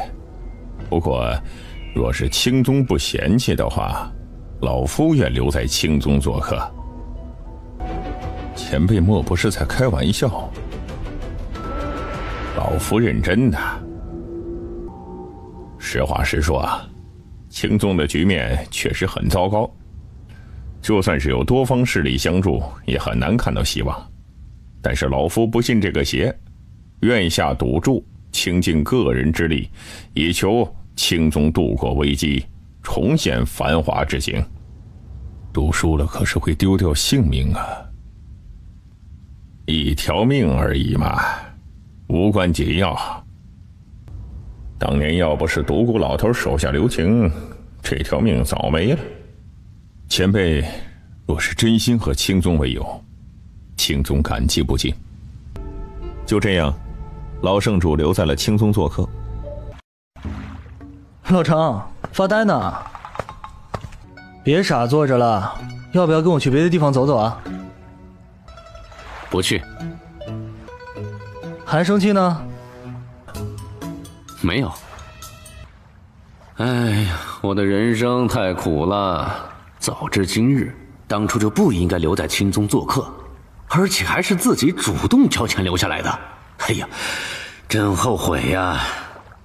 我还是那句话，要不你直接加入青宗得了，咱们以后就是异父异母的亲兄弟，多好啊！你既然想跟我当兄弟，是不是得将之前的住宿费还给我呀？兄弟之间岂能被利益蒙蔽了双眼？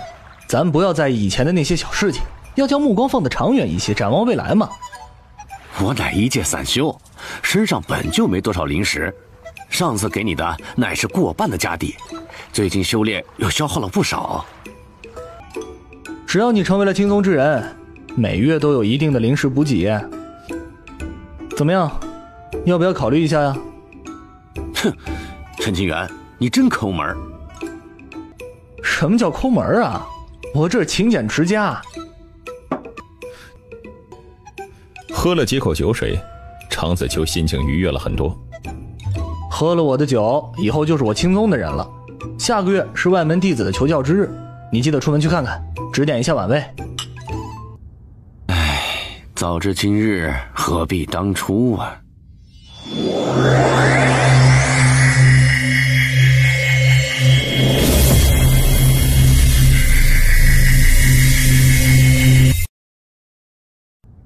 公子，恭喜了。侥幸罢了。放眼当世，公子足以可以横扫合体境的修士。这个给你。陈清源看了一眼小叔子，他猜到了其来历，这应该是天书楼的灵芝。哎，这是什么东西啊？天书楼的信物。以后你若想破境，凭借此物便可进入天书楼，不会遭到周围禁制的阻拦。哦，多谢。姐姐，我走了。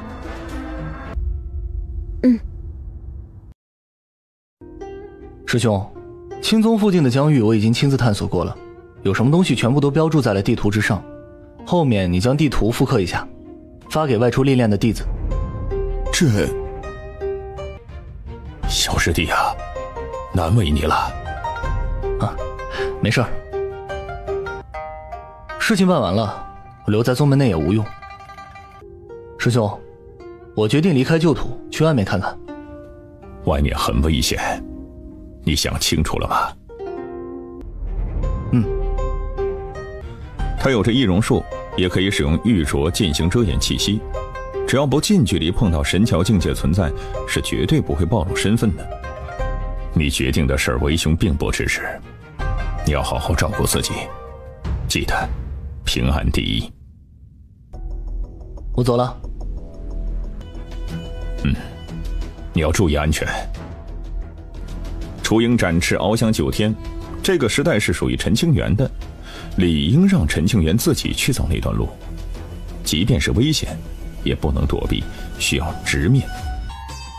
打算一个人溜走？看你这样子，待不住了。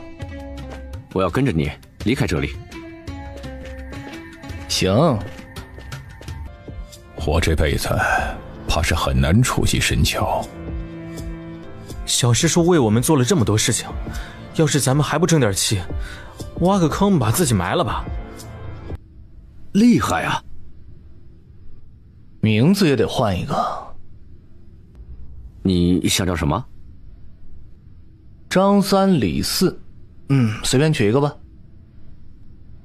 太俗了。不要那么肤浅，咱们这叫做低调。以后我就叫李四了，莫要喊错。百脉盛宴的那处古界居然重现了。怎么这样？按照惯例，古界每隔万年开启一次，为何突然有所改变？时代变化已非过去。这事儿有意思啊。什么事儿啊？你还记得儒门那个鲁南贤吗？记得，儒道一脉的顶尖妖孽，凡人入道一朝顿悟。根据信息预检的内容，3年前鲁南贤闭关悟道，修为尽毁，被逐出宗门，沦为弃子。不会吧？你自己看呢。也是巧了，鲁南贤虽被逐出了宗门，但儒门念在往日的情分之上，给他安排了一个养老的地方，距离咱们这儿不是很远。身处高位，即便鲁南贤洁身自好，礼貌待人，也肯定会触碰某些人的利益。如今他落下神坛，日子肯定不好过。鲁南贤如果真的废了，儒门为了脸面上可以过得去，也不至于迫害他。只要鲁南贤没死，给世人一种没有卸磨杀驴的假象即可。要不要去瞧瞧？去。他真的废了？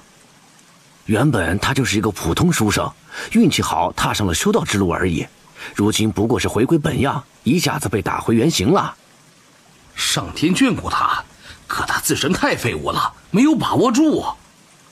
而听着众人的谈论，鲁南贤则是毫不在意，仍旧低头看着手中书中的内容。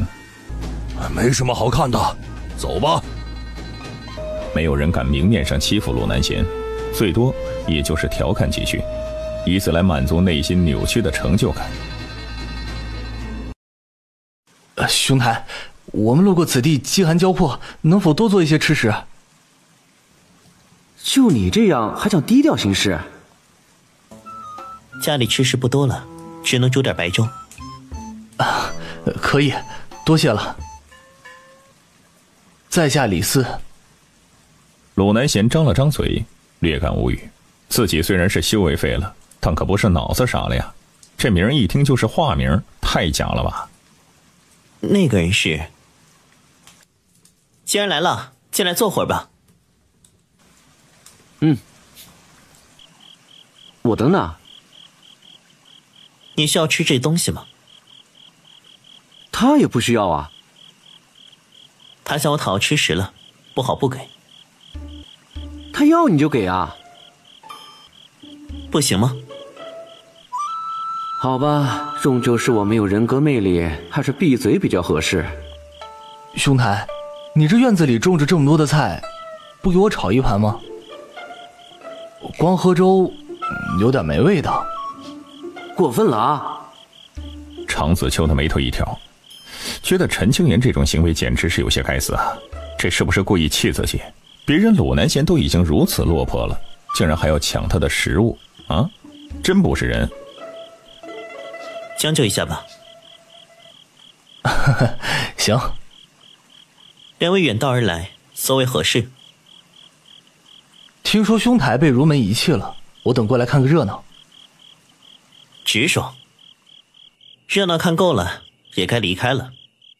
天色已晚，让我们留住一宿吧。不合适吧？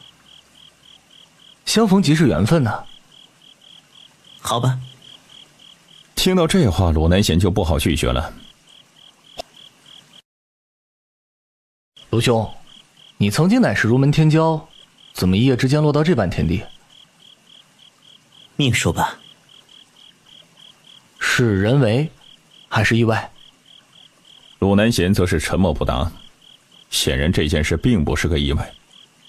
看来鲁兄触碰了某些人的利益啊。儒门虽然看似是风平浪静，但其内派系是有很多的，谁也不想让鲁南贤成为当代领袖。后来鲁南贤更是妄图篡改儒门祖训，为万灵开智，欲要教化天下。此举这是直接动摇了儒门高层的根本利益，从而为自己惹来祸事。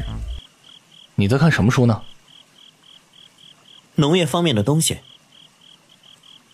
这不是儒道圣言的典籍吧？修道论心的圣人书籍，救不了这芸芸众生。你想研究食物的产量？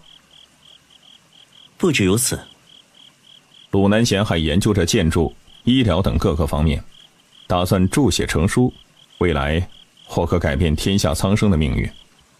恕不远送。这是我的一些收藏，留给你吧。多谢。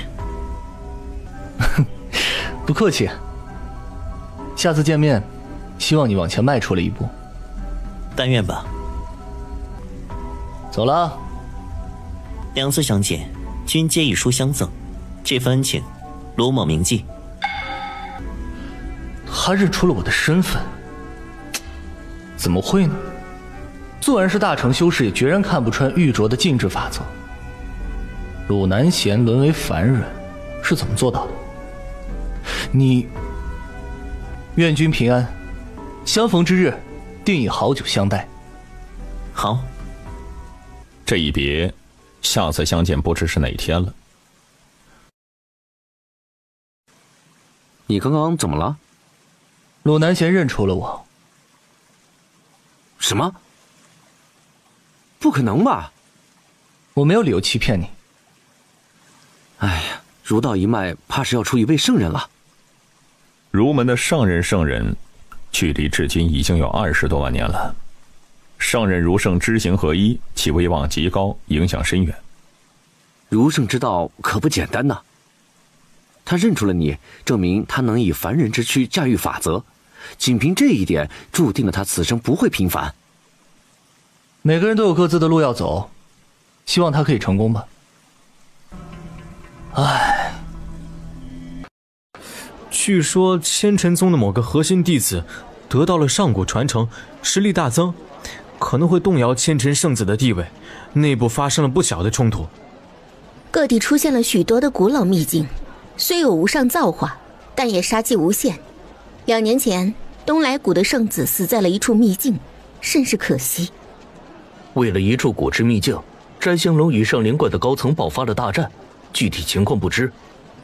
儒门准备挑选当代领袖，邀请了不少大能，可惜我等实力低微，没资格亲眼一见。休息好了，走吧。去哪儿？西江。陈清源思来想去，还是决定先去西江走一趟，看看红衣姑娘有何意图。要不要一起啊？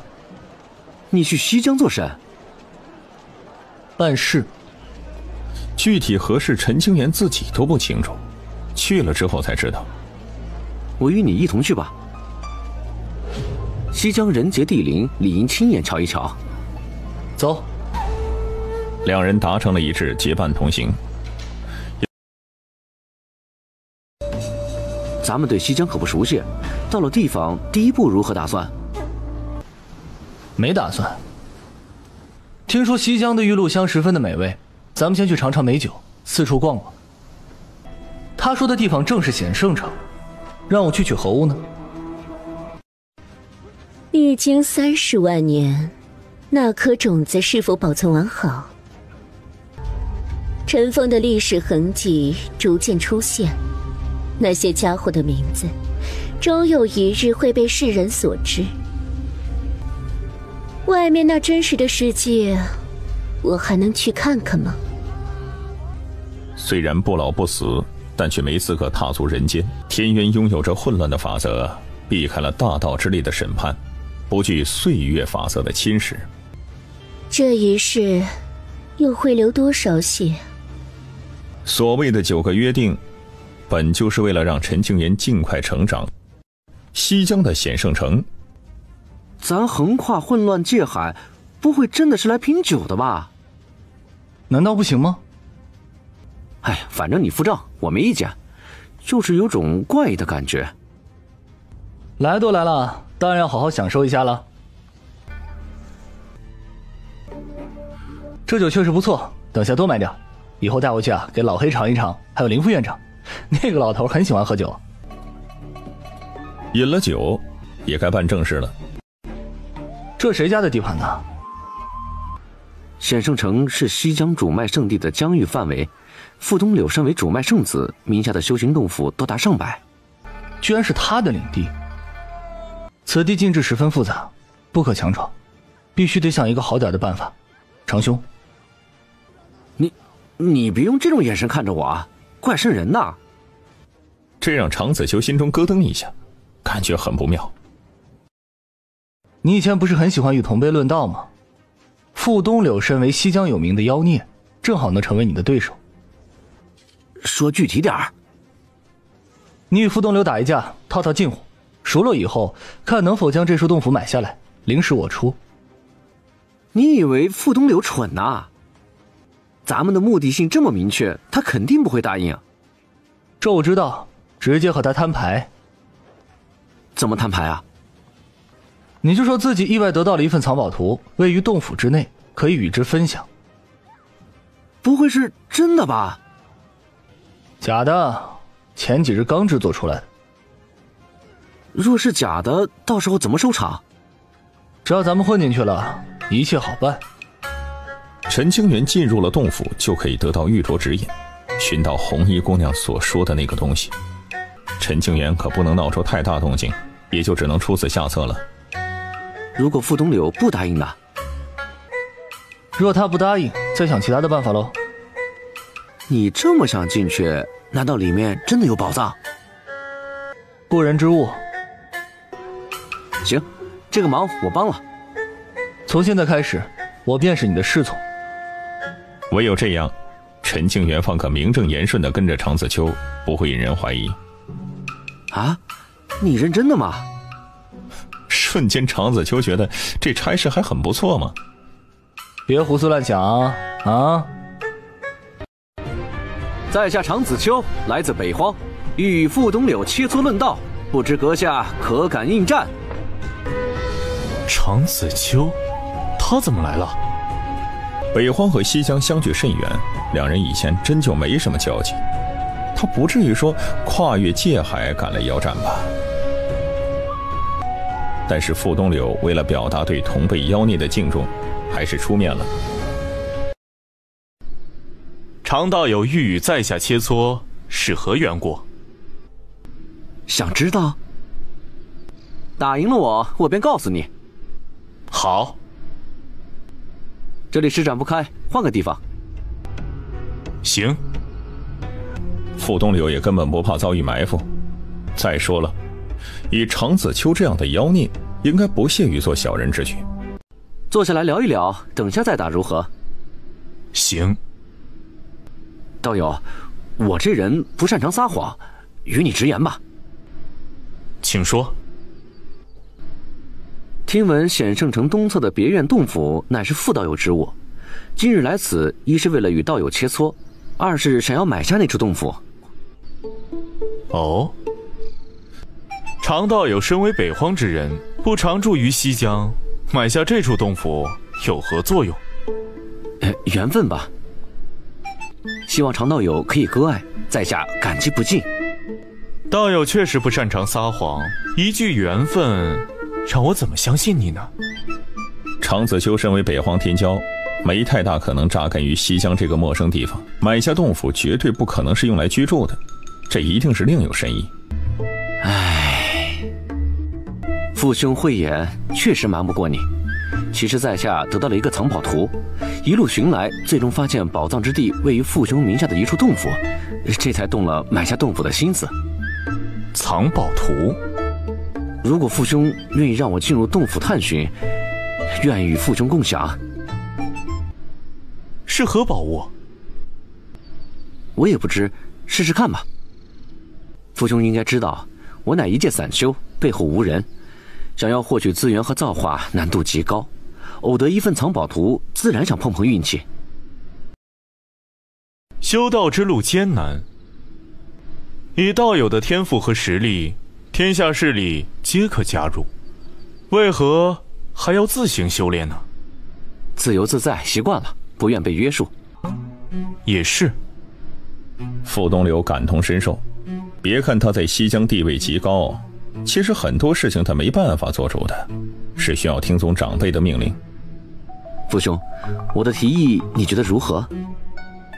虽然那处洞府我极少居住，但价值不菲。若卖给长兄，而长兄寻不到宝物，岂不是很为难？所以看在你我惺惺相惜的份上，便与你一同进去瞧瞧，看能否寻到机缘。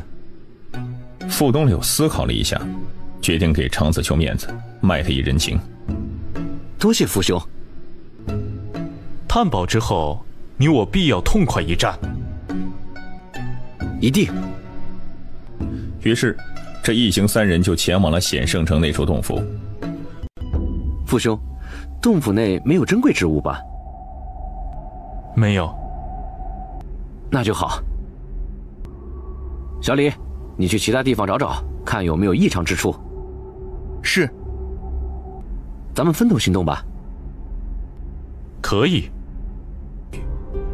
倒要看看你有何意图。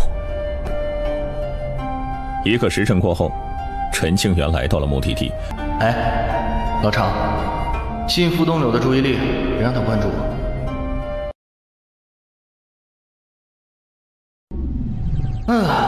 完事儿了。办完了这些，陈庆元则是暗中传音给常子秋。唉，罢了罢了，也许我与造化无缘吧。最后常子秋做出了放弃的样子，将藏宝图赠给了傅东柳。这不妥吧？哎呀，此地乃是父兄的洞府，或许这份造化属于父兄，而非在下。随后常子秋表示自己心情较差，不适合切磋论道，等相约以后再战。就这样，常子秋和陈清源就离开此处洞府，不知去向了。总觉得哪里怪怪的，难道是我多想了？此地真要有什么宝贝，早被圣地的高层取走了，哪会留到现在？也许是相信常子秋的为人，也许是闲来无事，寻找着不对劲儿的地方。那是其意识融入到玄妙空间之内，身体也莫名地披上了一层道法玄衣。前不久陈清源取走了那颗种子，就触发了另外的一个禁制，那就是道尊的传承法。数月以后，真的是惊天造化！若非长兄，我岂会有这般造化？这藏宝图可能是一把钥匙，打开了传承之地的大门。长兄如果慢走一点的话，造化必属于他。不管怎么说，我算是欠了长兄一个大人情，不得不还。我真混蛋，居然还怀疑长兄的为人。若他不将藏宝图留下，我肯定得不到古老强者的传承。下次见面，一定要拿出最好的美酒招待长兄，不可有丝毫的怠慢。道尊传承30万年前那段尘封的历史痕迹。傅东柳的记忆中多了一些零碎的画面，他了解到了30万年前的一些东西，甚是震惊。长兄的大恩大德，傅某一生不敢忘记。从今往后，你便是傅某的亲兄弟，只要你一句话，赴汤蹈火，在所不辞。你要怎么感谢我啊？请你喝酒啊。抠门。兄弟之间不要谈利益，这次你帮我，下次我帮你，互帮互助嘛。切，红衣姑娘让我寻到这块石头有何深意呢？算了，不去想这些了，以后自有答案。赶紧走，别耽误时间。若等傅东柳察觉到了不对劲的地方，咱们想走就来不及了。近几年不能来西江，要是被围攻可就麻烦了。我要跟着你东奔西跑，真是遭罪。你自己要跟着的，怪我喽。怪你不行吗？行。哎，别愣着了，跟上。哦。糊弄了西江的当代第一天骄，两人心中都有鬼，生怕被查出什么，还是赶紧脚底抹油先溜吧。公子，我有一事好奇。说。公子怀里的那个镯子是何来历？一位姑娘所赠。那位姑娘肯定不凡。确实不凡。公子前不久得到那块石头有些奇特，石头内好像藏着什么东西，有一丝禁忌的痕迹，很危险。如果不妥善处理，容易被那块石头牵连。应该不会有事。公子自己拿主意即可。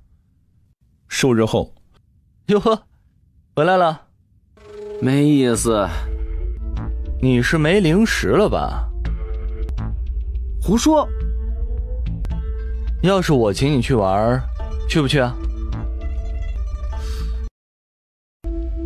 陈兄，这不像你的风格啊，太大方了。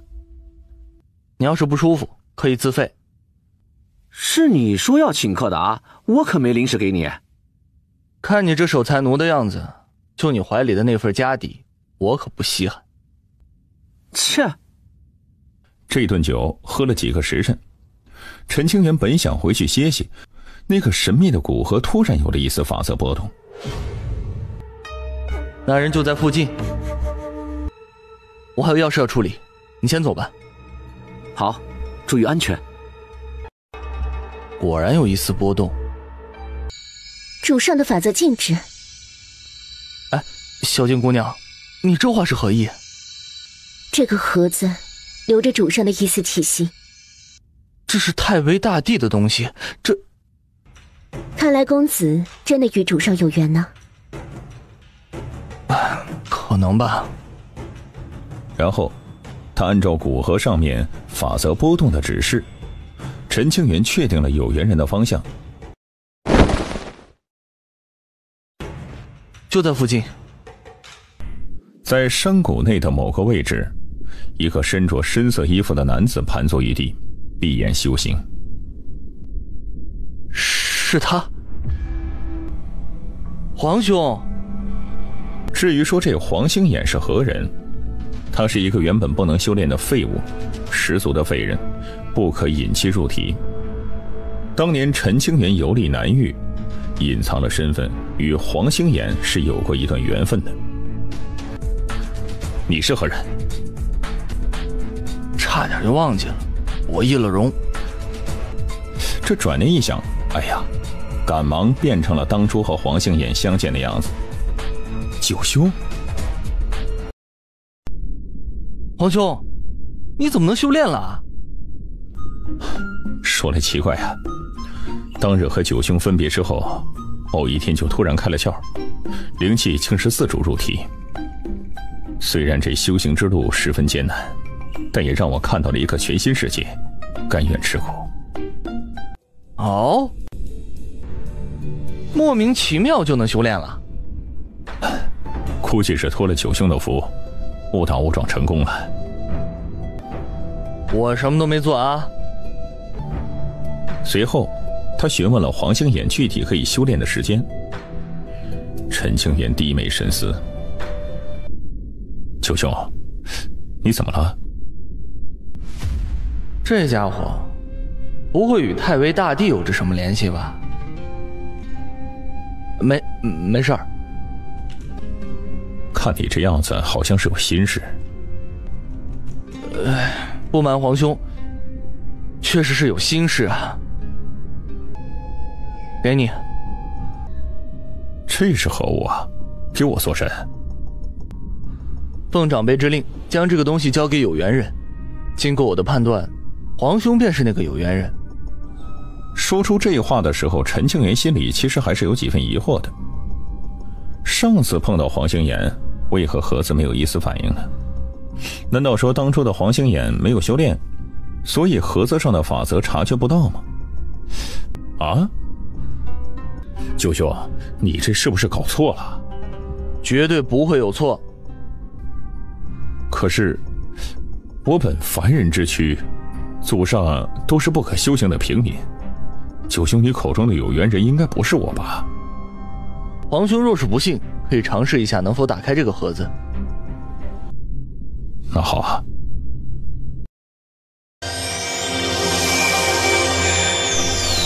果然真的是他。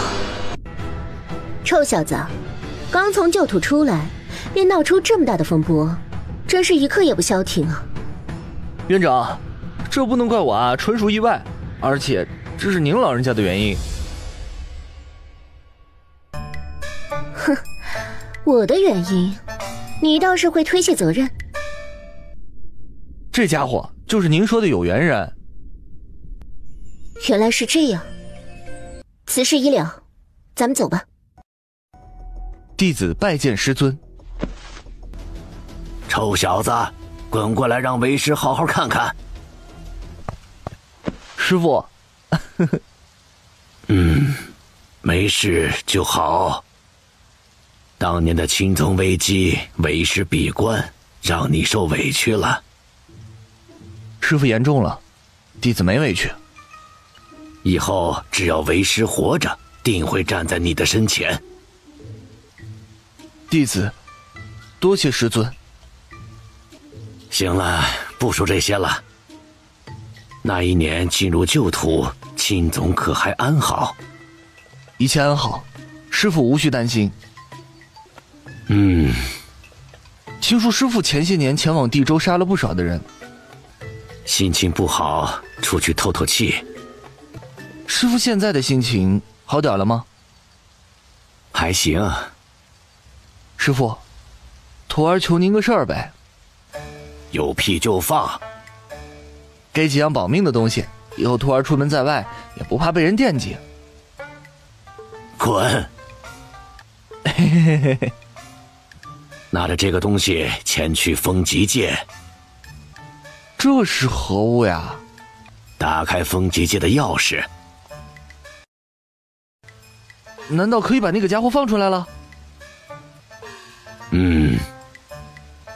为师去向院长讨要到令牌，以后便让小黑跟着你，足可护你周全。多谢师父，您真是太好了，徒儿一定给您养老送终。滚滚滚！师父真好，还特意送我一程，不让我自己走。嘿，老哥，我回来了。老弟，你终于来看我了，有没有带好吃的来呀？当然有了。还是兄弟你比较疼吧，不像院长，太可恶了。老哥，何出此言啊？你当初走的时候给我留了很多好吃的，都被院长收走了。为什么呀？他说我不懂礼数，他回来了，我没向他行礼问安。我被封印在这儿，哪儿都去不了，怎么向他请安呢？院长真是一点道理都不讲，太欺负蛇了。这个，这可是道医学宫啊，敢大声说院长的不是，这可真的需要一定的胆子，至少陈清源是不敢。老弟，你说对不对？我觉得院长此举肯定有深意。什么深意啊？黑蟒这话分明是想拉陈清源下水。院长说你没去请安，肯定是责怪你这么多年还没自主破开封印，让你被困在了这里，但是不被外事外物干扰，修炼资源充足，所需之物根本不缺。院长对你分明是抱有了极大的期望，可是你没达到院长的要求，自然是要惩罚一番。是这样？肯定是。你想啊，院长只将你的吃食没收了，没对你进行其他的惩罚，简直就是法外开恩。咱不应该怪院长，反而要心怀感激，努力修炼，不能辜负了院长的一片期望。兄弟，你见多识广，肯定没说错。我听你的，以后加倍努力，院长肯定就不会惩罚我了。对的。陈清源暗自抹了一把汗，自己还真是机智啊！这自己要是说错了一句话，估计第二天就得因为左脚落地被院长重重的责罚了。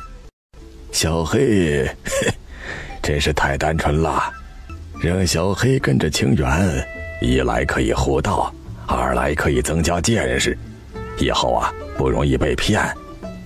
只是，若是长时间和这小子相处，会不会被带坏了呀？嗨，胡说！我的徒儿自有分寸。得了吧，老林，你现在可打不赢老夫啊！再给你一次重新组织语言的机会。拳头硬，说起话自然都硬气不少。林文仇则是顿感无语。黑哥，想不想出去啊？当然想啊，可我现在还是冲不破封印，少说还得500年呢。哎，其实咱们现在就能出去。你别开玩笑了，怎么出去啊？你看，这是打开结界的钥匙。你哪儿来的？莫不是从院长那儿偷来的？不对呀，你这样子给你机会偷你也偷不到。院长给的，让你以后跟着我，保护我的安全。只要能出去，这些都不是问题。这一下子黑蟒兴高采烈的连忙答应了，他生怕院长反悔。黑哥，虽然咱们是兄弟，但是咱们约法3章，以后我们出门历练，没有我的允许，绝不能擅作主张，尤其是不能惹是生非。好，哥哥一定听你的话。他出去的迫切之意都已经刻在脑门上了，一刻也不愿意待在这小世界里。老哥，淡定一些。你不懂，要是你被关了数千年，就知道自由的味道多清晰了。院长，你的天赋纵观历史的长河，南幂第2。根基虽好，但至今没有真正达到天赋的极限。3丹圣品，亘古未有。你要走的道路充满了未知，没法借鉴前人的经验，需要自己摸索。我查阅了诸多典籍，结合自身的修炼经验，有一个想法，要不要听听？请院长指点迷津。根基之道，初有上、中、下之分。再者，地品、天品、圣品，世界修士可达地品天资，已是万中无一的天才。天品根基，未来若无意外，必登大成之境。至于圣品之资，放眼宇内，每隔万年也绝不会超过100人。你身负3丹圣品之道，天赋异禀，实力远超同境界之人。可是这同样给你带来巨大的负担，修炼的速度较为缓慢，突破瓶颈异常困难。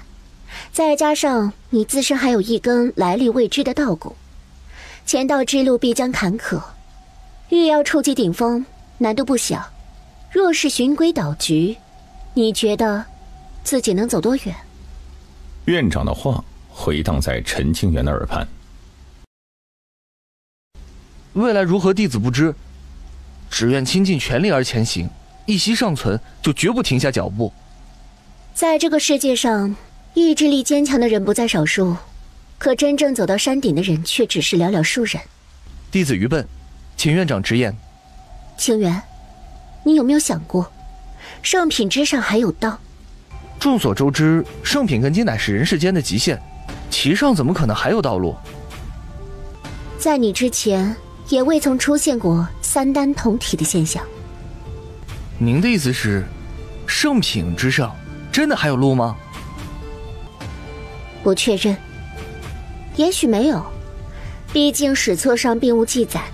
不过你天生富贵，道骨加深，即便前方无路，也可以走出一条独属于你的大道。孩子，你非凡人，莫要局限于世间原有的秩序规则。唯有打破尘封的条例，你才能真正走到顶峰，成为一个时代的领军人物。院长想了很长一段时间，才打算将心中所想告知。打破既定的规则，这可谓是九死一生，充满了未知。弟子该如何去做？我也不知，如何做看你自己。圣品之上的道路，若要往前踏出那一步，该怎么做呢？哎，不知道老弟何时出去，真愁啊。陈清源，你小子真能惹事啊！他居然把我忘了，让我独自留在南域，真是一个不折不扣的混蛋。下次见面，扒了他的皮。长兄，我终于寻到你了。能在此处碰到父兄，真是有缘呐。听到这句话之后，常子秋顿时心感不妙。他感觉当初糊弄傅东柳的事肯定是露馅了。上次长兄留下的藏宝图，让傅某获益，较为惭愧。为了表示谢意，傅某想请长兄痛饮一番，以尽地主之谊。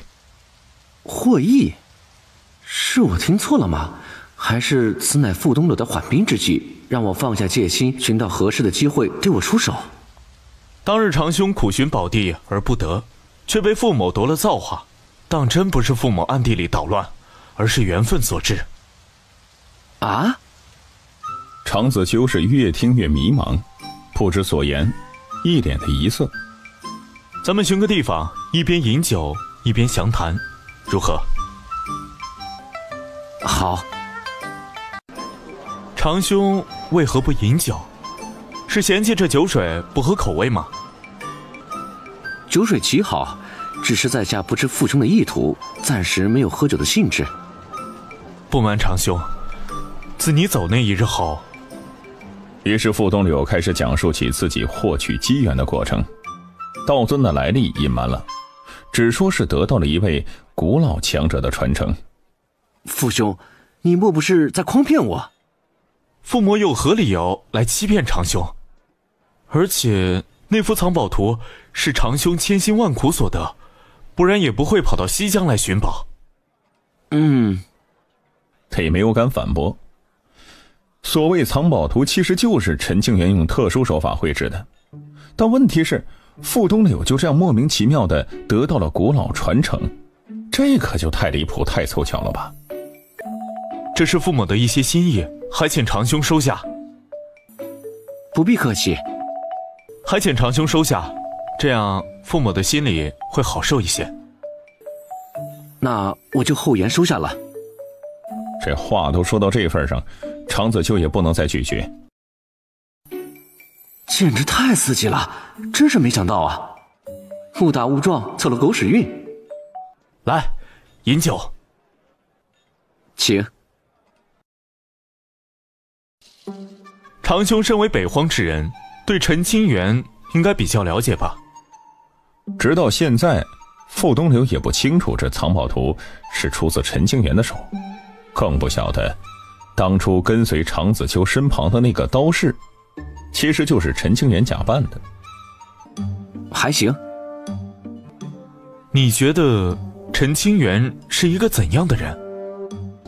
一个混蛋而已。何出此言？莫非长兄曾在陈清源手里吃过亏？确实吃过亏，而且还不少。哼，那家伙呀，完事以后居然把我忘记了，将我一个人丢在了南域，也不捎个信儿过来，真是该死啊！看起来长兄与陈清源有着不小的恩怨。请恕在下多言，陈清源此人虽然贪财腹黑，但天赋极高，未来可期，尽量不要与之为敌。要是被他盯上，肯定很难善了。放心，我与他不是生死之仇，可以化解。如此便好。说来奇怪，当年陈清源被千宗至旧土，出来以后又闹出了大动静，真是一个不安分的家伙。那人呐，确实不安分。自从和陈清源相识以后，常子秋就很少能过上安生日子。虽然我明知不是他的对手，但还想与他再战一次。以后肯定有机会的。长兄，干了这杯酒，咱们再切磋一下，如何？好。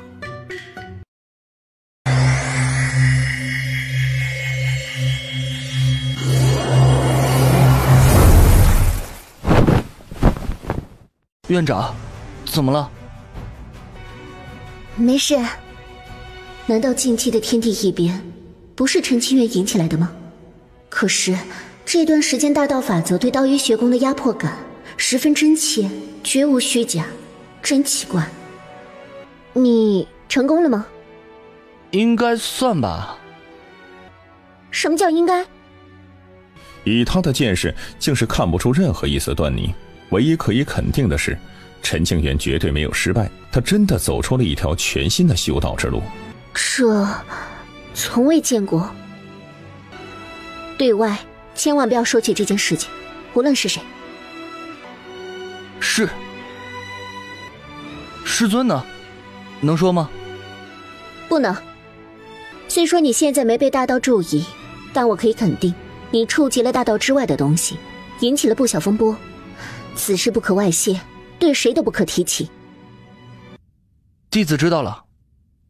先在家里待一段时间，如果身体没有异常的感觉，去留随你。好。你小子老实说话，这几年闭关有何得失？师父，不是弟子不愿相告，而是院长下了命令，对外不可提及。要是您老不信的话，可以去问院长。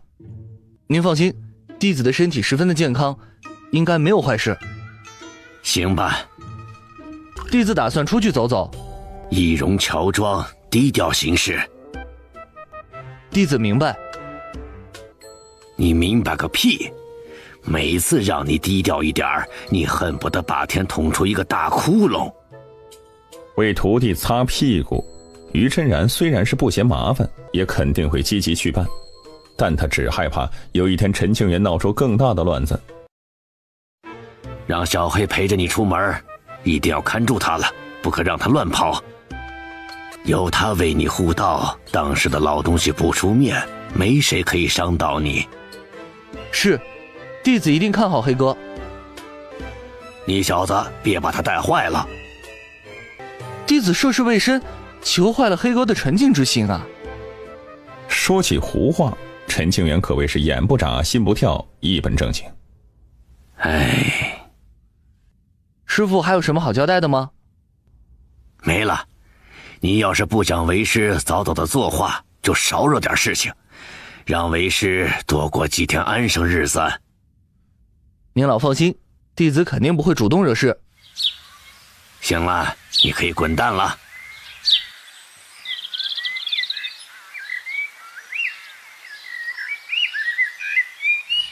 老哥，走吧。又让我等这么久，咱赶紧走。道医学宫风景秀丽，宛如仙境。老哥，你这么想离开，真是不懂享受生活。你要是我，你早就疯了。但凡我闹出点动静，肯定会遭了一顿毒打。那风景美又有什么用啊？毫无自由，很多地方都不能去。这就怪你自己喽。怪我？这怎么能怪我呀？倘若老哥的实力足可纵横天下，区道医学宫怎能困得住你？你这话好像还有点意思。所以说，咱们要是想自由自在，实力不可缺少。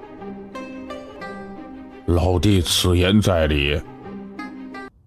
跟着我，保准你吃好喝好。我们现在去哪儿啊？缥缈宫。老陈，青松在旧土稳住脚跟了吗？宗门尚好。柳姑娘呢？柳丫头很平安，放心吧。那就好。小风，还记得你当初的所作所为吗？啊？什么所作所为？拿去看看。一缕神识进入其中，观察其刻印下的内容是什么。可这不看还好，这一看直接呆住了。里面竟然记录了长孙枫叶发病时的言语行为，大多数都和柳凌然有关，说了一些不太合适的话。陈清源，你混蛋！我可没偷偷摸摸的记录，都是当着你的面。你仔细回想一下，应该有印象的。哼，没关系，我这儿还有几百个留影石呢。老陈，你过分了。我现在手头比较紧，便宜一点卖给你，一块留影石就收你500块上品灵石好了。你奸商啊！别说废话，买不买？买。片刻后交易完成，差不多10万块上品灵石进场。疯子，这顿我请了，别笑一个。滚！留影石这事儿算是翻篇了啊，以后不可提起。当然了，我这人做买卖向来诚信的。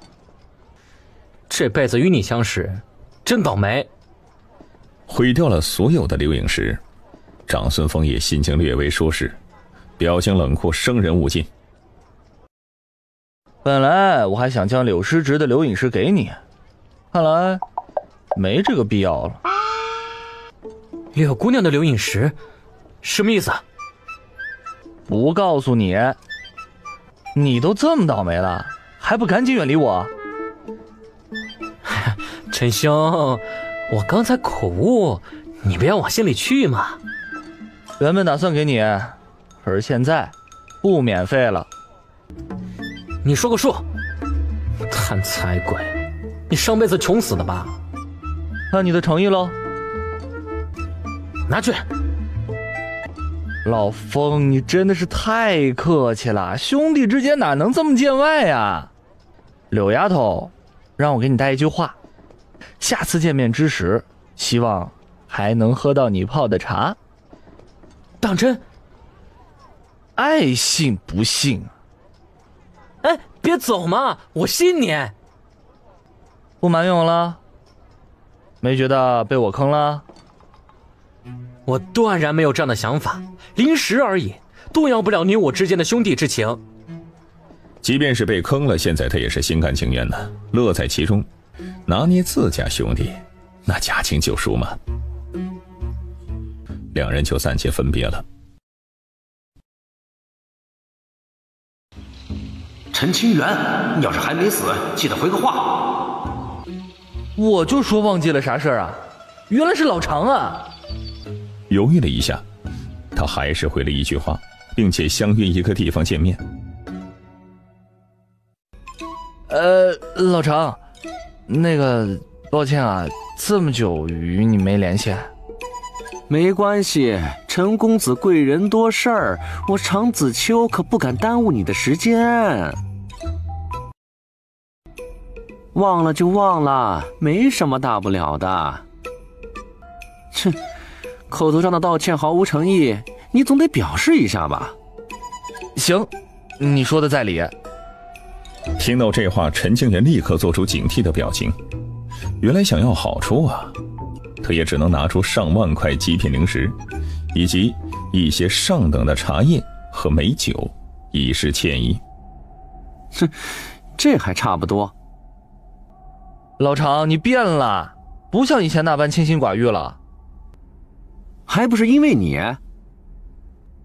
行，我的错。对了，有个事情要和你说一说。回来之前我碰到了傅东柳。你不是在南域吗？傅东柳身处西疆，你是怎么碰上的？傅东柳专程跑过来找我。哇，你不会被揍了吧？真可怜。陈清源则是幸灾乐祸。他不是来揍我的，而是感谢。感谢你？开什么玩笑啊！骗你做甚？那一日，接下来常子秋将具体的过程讲述了出来。知晓了前因后果，陈清源直接懵逼了。真的假的呀？对此，陈庆元始终难以相信。真的，父兄寻我，还给了我不少的资源，以示感谢。给了什么呀？陈庆元双眼放光。哼，你别惦记了，不给你看。我又不会抢你的东西，真小气。可是让陈庆元不解的是，倘若傅东柳住处真有机缘，为何之前没得到，偏偏在他们去了之后就有所收获呢？臭小子，赶紧滚回来！难道家里出什么事儿了？若无要事，师傅肯定不会传音的。师傅，怎么了？佛门来人，你自己处理。哎，老常，我家老爷子传话，需要回去一趟。你要和我一起，还是留在这儿？我还是待在此地吧。注意安全。啊。佛子，这是什么情况啊？贫僧求陈施主一件事情。请说。力所能及，一定相助。这个孩子，贫僧想托付给陈施主。孩子？托付给我？不是吧？有这么离谱吗？夫子，这孩子从哪儿来的？我的。什么？你的孩子？你开什么玩笑啊你！当代佛子的孩子，不是这事闹得也太大了吧，简直是把陈庆元惊得呆若木鸡，目瞪口呆。佛子的孩子，佛子的孩子，佛子怎么会有孩子呢？和谁有的？而且当时女子谁能入得了佛子之眼呢？拜托了。佛子将怀中的婴儿递给陈庆元，注视着襁褓中的婴儿，陈庆元身体颤了数下，小心翼翼地把其抱在怀里。佛子，这究竟是怎么回事啊？佛子很想回答，可又不知该怎么开口，索性闭嘴不谈，眼睛多了一分杂质，失去了以前的那份纯净。女娃？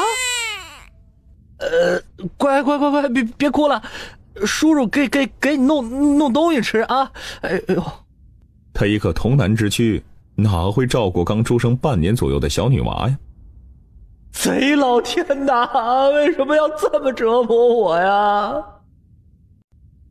舒长老，哎，有没有最好的瘦奶啊？陈师侄，你这是？你千万别说出去啊！孩子，小陈子，你出门一趟连孩子都挣出来了。由于过于惊讶的缘故，都不换师侄了。陈庆元也是有苦难言。不是我的，哎呀，回来的路上捡来的。真的假的？哎呦，咱别说这个了，能先搞来一些适合这孩子的瘦奶吗？有，等着。很快，舒长老拿着瘦奶过来。哎呦，这娃娃真可爱呀！小陈子，他母亲是谁啊？为何不带回来呀？我不知道，你问我，我问谁去啊？长老，这件事还请您不要透露出去啊！放心，放眼整个学宫，就本座的嘴巴最严了。哎，多谢长老啊！老方，我告诉你一个惊天大秘密，千万不能说出去啊！小陈子有孩子了，我亲眼所见的，甚是可爱，与小陈子长得很像。什么？这事儿别说出去啊，一定要保密。哎呀，知道了。片刻后，舒长老的朋友又学了另外一个不知情的高层，添油加醋。陈小子有女儿了，千真万确。啥？陈俊的道理是谁啊？女儿怎么搞出来的？小陈子可以呀。陈小混蛋突然有了道理和孩子，咱们学宫的很多女弟子怕是要黯然神伤了呀。短短半个时辰，道医学宫的高层除了闭关不出的老东西外，基本上都知情了。要不了多久，陈庆元肯定也会在心里诅咒舒长老。这就是您老说的嘴巴严。师傅，到底什么情况啊？一言难尽啊。具体情况为师也不清楚，你去东土佛门一趟，应该可以弄个明白。那这个孩子怎么办呢？佛子拜托给你的事情，当然是你负责了。不是吧？你要是狠心，也可将孩子丢了，不管不顾。那怎么能行啊？他即便这孩子和佛子无关，陈清源也不可能随意丢弃啊，他必须得妥善安置。佛子专程来找你，那你就养着呗。啊，不是，我一个男人，我怎么养孩子呀？除了你，别人养不了。师尊，哎呀，这话何意啊？为师观摩佛子眉心泛黑，定是佛心有损。佛子身上的修为波动，乃是渡劫之境。他破了纯阳之身，佛心有缺，居然道根稳固，并未渡劫失败，真是世间罕见呢。佛子不仅破身，而且还诞下子嗣。此事一旦通了出去，整个佛门都将陷入巨大漩涡之中。另外，这孩子的身上有一丝非比寻常的气息，其母亲的来历定然复杂。这孩子的母亲来历非凡，父亲是佛门之子，因果巨大，有早夭之相，唯有跟着你，他才能活下去。早夭之相？因是佛门的老和尚出的主意。若你想弄清缘由，就去佛门一趟吧。师父，您算得出这孩子的母亲是谁吗？因果复杂，难以推测。这叫什么事儿啊？你要是弄清了事情的前因后果，记得回来告诉为师一声。为师也很好奇呀，究竟是谁能让佛子动了凡心，连孩子都整出来了？陈庆元现在都焦头烂额了，这当师傅的还要在伤口撒盐，这不禁让陈庆元很是烦躁。提醒你一句啊，对外千万不要提及他是佛子的孩子，不然佛门必将动荡。诞下孩子的佛子，面对悠悠众口就没有资格接任佛门之主的位置。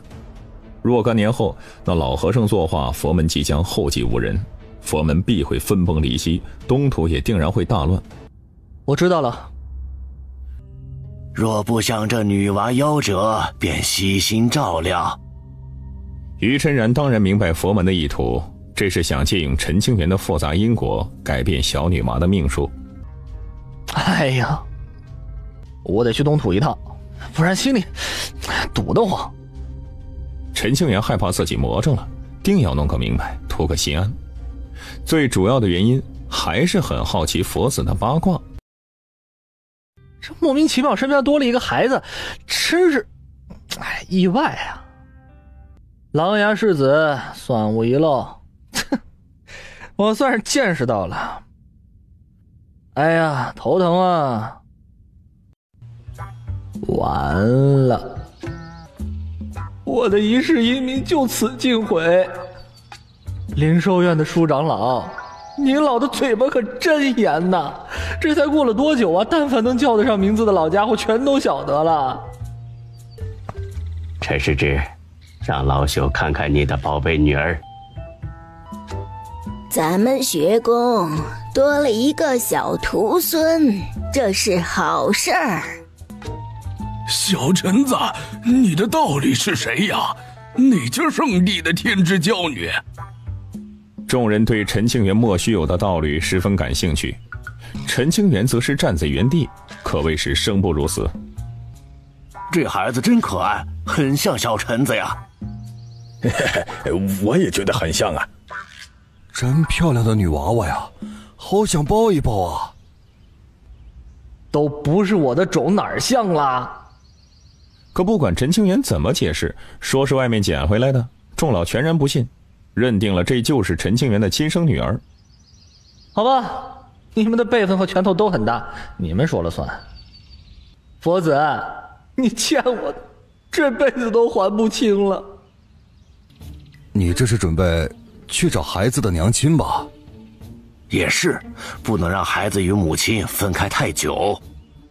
来，这是你四师爷给的见面礼，好生收着。若是以后受欺负了，四师爷给你报仇。七师爷也有礼物。紧接着，一群大佬就都取出了见面礼，任何一件东西扔到外面，那都可以引起一场腥风血雨。你小子别想着独吞，这是给娃娃的。要是让老身知道你欺负娃娃，你师傅也护不住你。没事儿，咱们等下设下一道禁制，只有娃娃可以使用。啊，我真是太难了。咱入门的时候怎么就没有见面礼呢？啊，区别对待太严重了吧？我抗议！哎呀，滚吧！陈清源有孩子了，一时间学宫地震，众弟子震惊至极。某些仰慕陈清源的女弟子是黯然神伤。我观陈小在元阳未泄，这孩子难不成真是捡的？捡的也好，自己生的也罢，既然那个女娃娃与清源结下了缘分，那就是我道医学宫的人。刚刚老夫仔细检查了一下女娃娃，体内经脉堵塞，身染复杂的因果。按理来说，此女应该胎死腹中的，但不知是谁强行夺了天道造化，赢得了一线生机。这事儿不用咱们操心，反正咱们可以一直借此事玩弄陈小子。话说回来呀，那个女娃娃确实可爱。众老回味着女娃娃可爱的样子，下次陈庆元回来一定得继续调侃，这种机会可十分难得呀。与此同时，远离了道医学宫的陈庆元踏上了前往东土佛门的道路。哎，丫头，忘记问你了，你叫什么呀？佛子破戒，佛心不稳，不会一步走错堕入魔道吧？老弟，你打算怎么处理啊？难道真要养这小孩？先去佛门一趟，弄清楚情况再说吧。这娃娃跟粉瓷一样，真好看。老哥，你长得太丑了，你吓到他了你。老黑觉得有些自尊心有损，缩了缩脑袋，可又没法反驳。陈施主，老衲等候多时。晚辈见过大师。老衲带路，走吧。前辈，坐吧。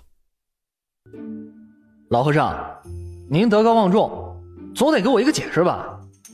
3年前，道臣先有感悟，即将入道渡劫。接下来，这老和尚就开始讲述此事的因果关系。陈清源则是竖起耳朵听着八卦，把每个字儿都刻在了内心深处，不可能遗忘。太梦幻了吧！了解到前因后果，陈清源不敢置信，一脸的呆滞。阿弥陀佛。没道理啊！这佛子即便渡劫没了记忆与佛法，也不可能与人相恋呢。昔日种下的因，今朝结下的果。还请大师解惑。约莫300年前，道臣出门历练，救了一个小女孩。那个女孩就是佛子如今的结束。佛子救下的人多如牛毛，这个女孩很特殊吗？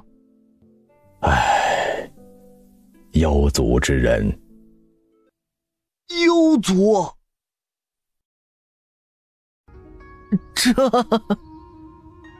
那个女孩乃是幽族七公主，少时流落在外，被道尘所救。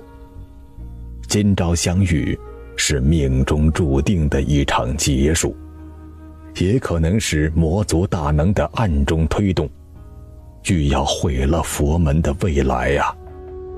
虽然幽族不行魔道修士之举，可在世人眼中，幽族跟魔族就没有多大分别。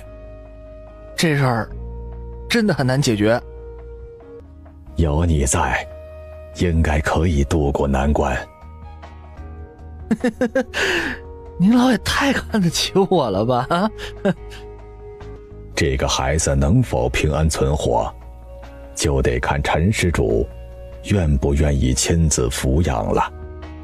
放眼诸天，也唯有陈庆元能压住佛门和幽族的因果了。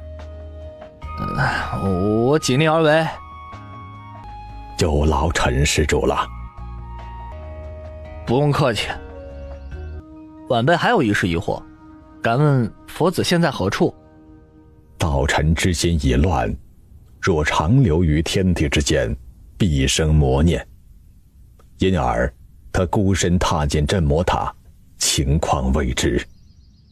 老和尚口中的镇魔塔位于东土的一处天险之地，一个深渊之内。这里立着一座由佛门无数高僧打造而成的镇魔塔，凡是魔道修士一旦被擒获之后，便会关入塔中，利用佛法慢慢净化魔心。这是他的劫数，躲不过去的。愿他可以尽快恢复吧。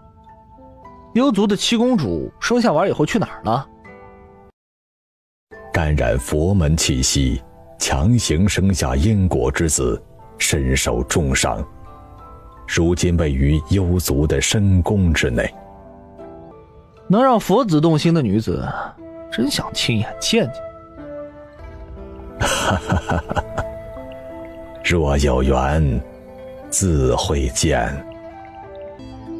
哎，对了，这个玩意儿叫什么名字呀？尚未取名，便由陈施主费心，为其取个世俗之名吧。哎，行。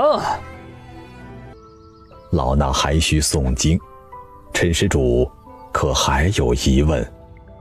没了。若陈施主不急着离开，老衲让人安排一间斋院。不用了，晚辈不习惯佛门的生活方式。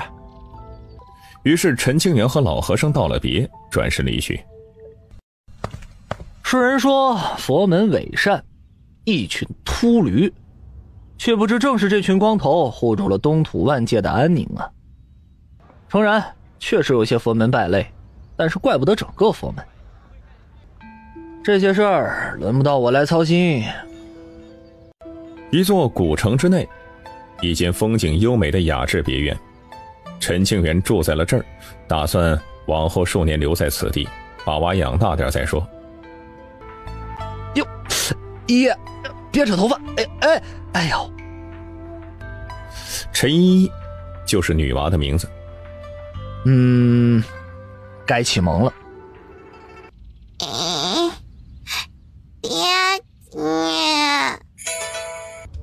乖。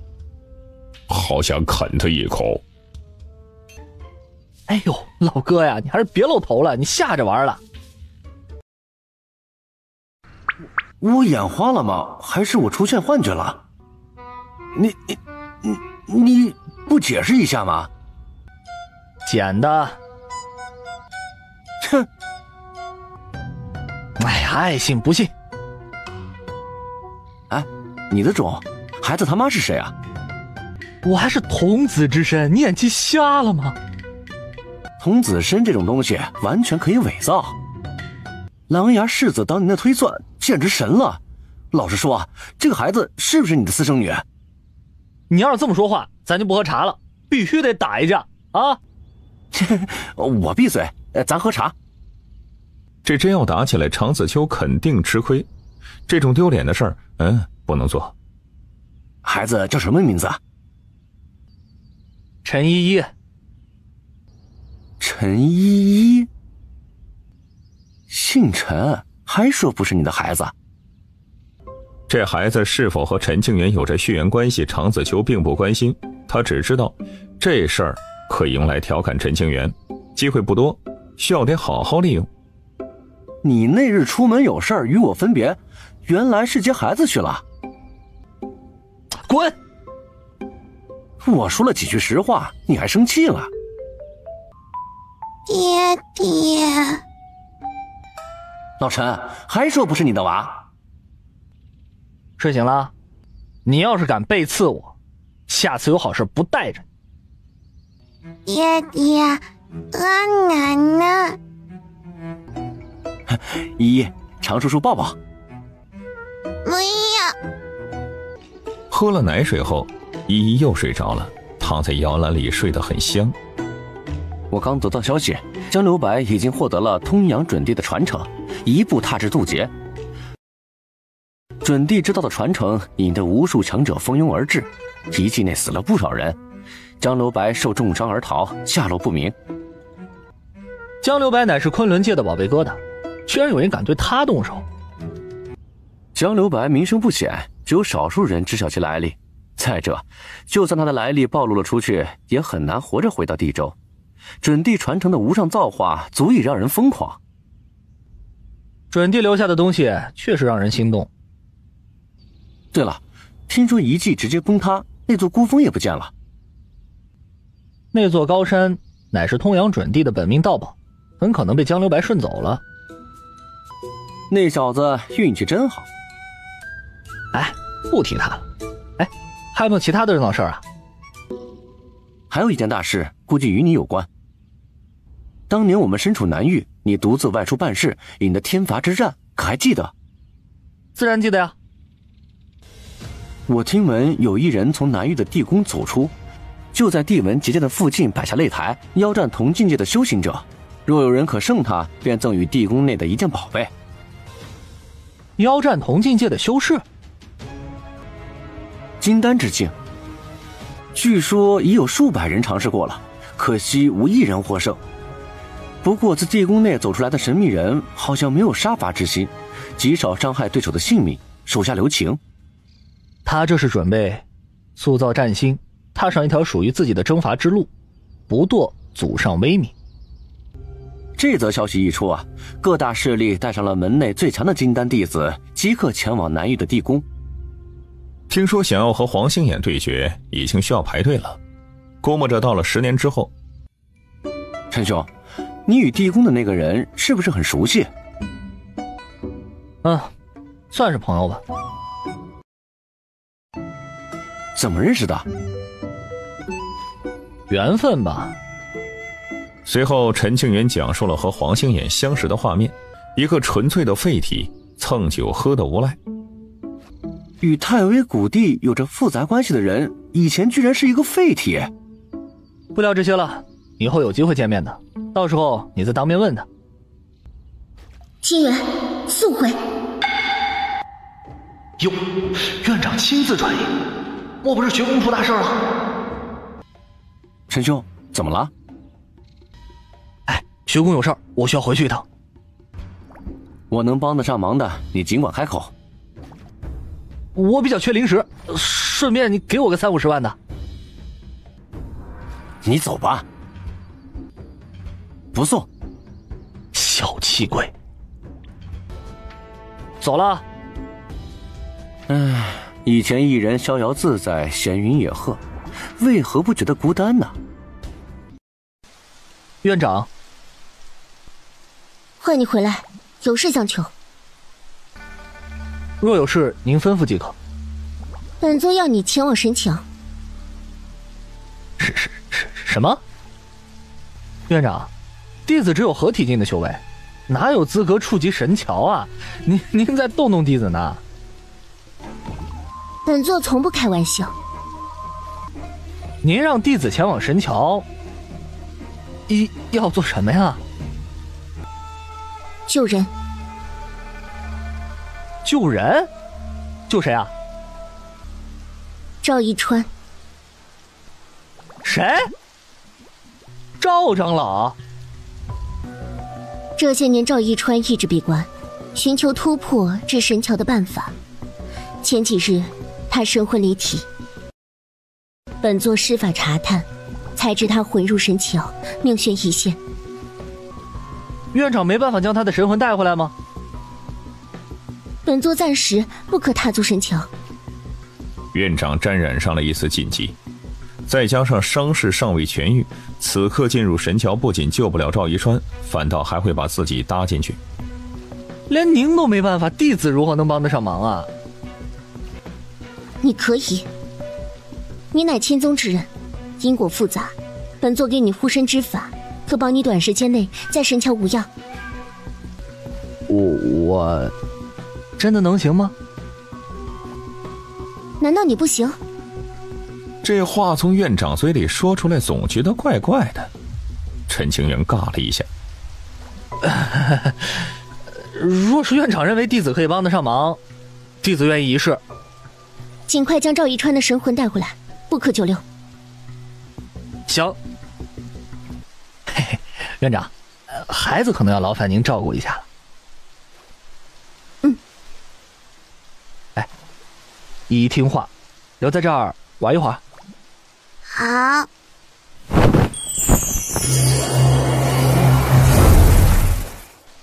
丫头，你叫什么名字？陈依依。莫怕。饿了？你想吃什么？奶，好吃。等着。他来了，尚未苏醒，不堪重任。太尉谷地以为他等到了新的一轮盛世之战，这一眼注视，发现自己想多了。尚有血脉存于后世，善。神桥。数个时辰后，找到了。赵一川的神魂处于浑噩状态，迷失于神桥，而且变得极为虚弱。恐怕再过几日，神魂就会被古老法则抹除，让其本尊也会陨落。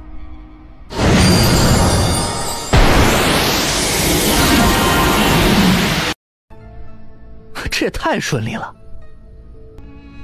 该回去了。世子，大征之事已至，我也该出门走走了。你要出门？外面的世界如此精彩，我想亲眼看看。当代佛子竟然与幽族之人诞下结晶，呵呵，有趣，甚是有趣。世子，此事需要长老团的点头。去通报吧。世子，你要出门？有何事要办？我等可以帮忙，无需世子亲自处理。繁华之事，若不亲自体验，往来人间。老朽相随，庇护世子安然无恙。不必。若有长辈相随，少了几分趣味，以我之能趋吉避凶，不会出现意外。众位长老不用担心。侍女总得陪同吧？世子金贵，需要有人照顾。可世子出山，风起云涌。这一日定会被狼牙山庄记录在册，暗流涌动的大征之事将会因狼牙世子的入局而变得更为有趣。日入棋局是成为棋子还是棋手呢？世子，我们去哪里？北荒。听说古界之内出现了一尊准帝的陵墓。岂有准帝之墓？应该是一尊上古时期的顶尖大能。准帝之墓罢了，对我没有什么吸引力。准帝之墓的造化竟然没有吸引力，哼，这可真太装了。而两个侍女则是一脸平淡，觉得很正常。这场雨越下越大了。长道慢行。狼牙上虎入世了。当年只想与狼牙山庄结下一段善缘，不料救了一个可以改变大事格局的妖孽。传闻南宫哥之能已远超狼牙阁的众位老祖。若是让狼牙世子出手，说不定可以改变依依的命数。这些日子，院长偷偷检查过依依的身体，命数夭折，苍天不容。因为当年老和尚出手强行让依依降世，使出浩瀚佛威，只能让依依多活3年。他入世便意味着会干涉世间因果，不再像以前那样避世不理。姐姐，我们要去哪里呀？家里太闷了，出去玩会儿。半个月后，晚辈南宫哥见过前辈。胡须多礼，请坐。多谢前辈。前辈相询有何吩咐？你应该知道我的来意。若晚辈推测无误，应该是为了那个孩子。你有什么办法解决？与聪明人打交道不必过于费神。虽然幽族明面上与魔族无关，但终究有着千丝万缕的关系。当世佛道一脉的希望与幽族之人诞下结晶，因果太大了，不好处理。不好处理，那就有办法了。办法是有，但很困难，而且危险性极高。第一个办法，换血，抽干依依身上的全部血液，换上新的灵血，再以无上道法遮蔽天机，足可保依依一世无忧。只是换血的过程稍有差错，就会导致死亡。还有第二个办法。第二个法子不如不说。讲。若有大帝出手，翻手间便可镇压伏魔因果，抹除一切。让他跟在陈清源的身边，以因果压制因果，不会有性命之忧。待到以后，自有解决的办法。佛魔之间的因果恩怨，让一个无辜孩子来承担后果，真是混账。前辈很在意这个孩子。缘分。这孩子没跟着陈清源，莫非陈清源不在北荒？他去了未知之地。哦，前辈，我有一事不明，欲求答案。有何问题？陈清源来自何处？青宗这件事早就不是秘密了。北荒的浮流星域，玄清宗。那么玄清宗又是如何将陈清源收为弟子的呢？据说玄清宗的上任护宗长老意外捡回来的，具体是哪里，没人知道。清宗上一任的护宗长老早已陨落，这件事自然是无从查起。听说陈清源曾经进入北荒的一处禁地，消失100年，废体而归。自那以后，陈清源展现出了远超过去的天赋和实力，走到了大势的舞台，搅动天下风云。我奉劝你一句，不要试图探查那处禁地。比起地州的那几处禁忌之处，有何不同？古之禁区存在于很多地方，世人不可踏足，入则十死无生，更加恐怖。以后有机会定要弄清楚禁区形成的缘由。那孩子的生机正在缓缓流失，目前不为他斩断因果，总得想个办法保全性命吧。护住生机不散而已，这事儿好办。此物留有一道玄机，足可庇护他100年无忧。100年之后又当如何？届时再言。行。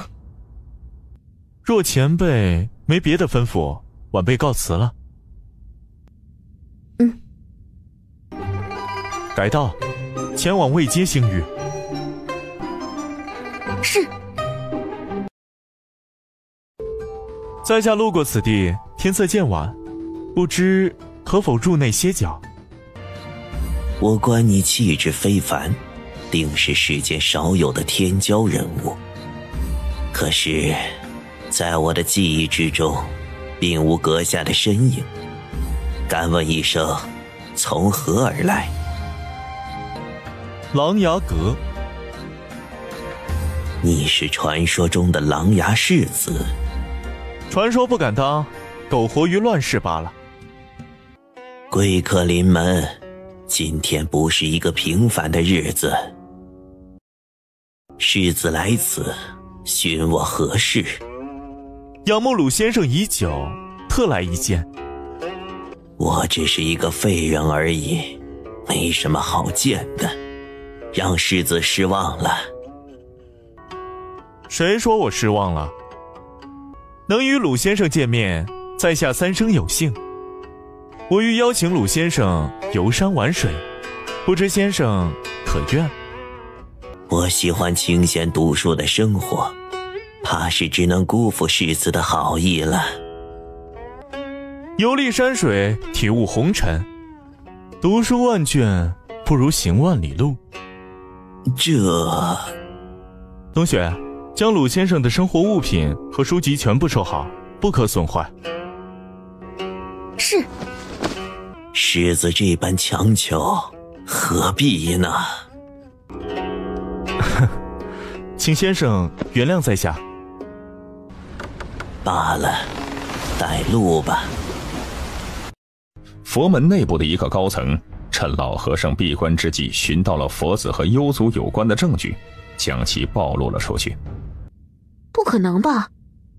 东土佛子与幽族公主生下了孩子，荒谬至极。有人给出了证据，貌似是真的。这要是坐实了，佛门积累了无数年的声誉，必然毁于一旦。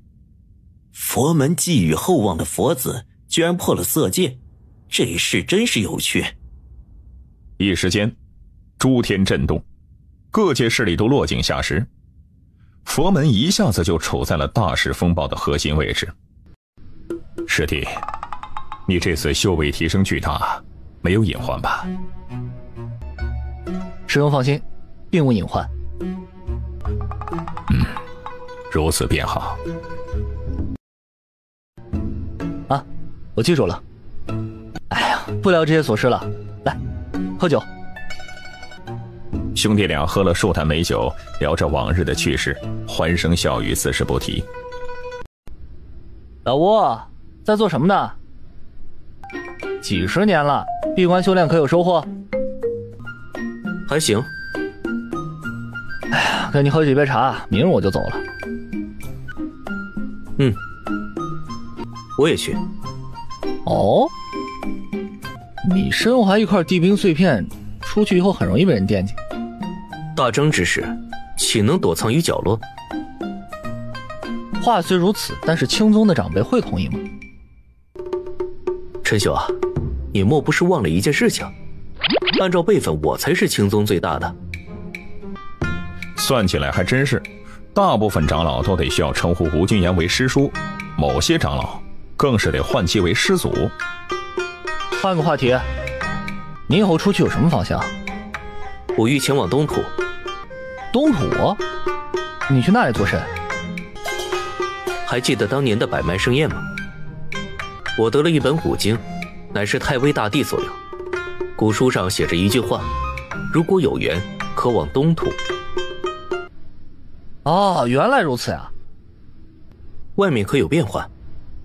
乱世降临，遗迹秘境接连出现，死的人也越来越多了。陈清源将外界情况道出，太微帝血，后世子孙尚存人间。你认识太微大帝的后辈？认识。他大致讲了一下和太微后辈相识的过程。这也能相遇，真是有缘啊。因为黄心眼那小子，我差点交代在南域，还好梨花公主出面，不然小命不保。好人不长命啊，你肯定能活很久，用不着担心。既然决定了，那就出发吧。陈清源还有重任在身，他打算赶紧回道医学宫去交差。订婚珠一日搁在身上，他就一日难以心神放松。我去打个招呼。说完，吴君言踏着清晨的烟波，留下了一道让人痴醉如梦的背影。小师叔，我也要跟着你。我没意见，诸位长老同意吗？由他去吧。宗主同意，众长老也不好再劝阻，也只能是嘱咐柳灵然一定要注意自身安全。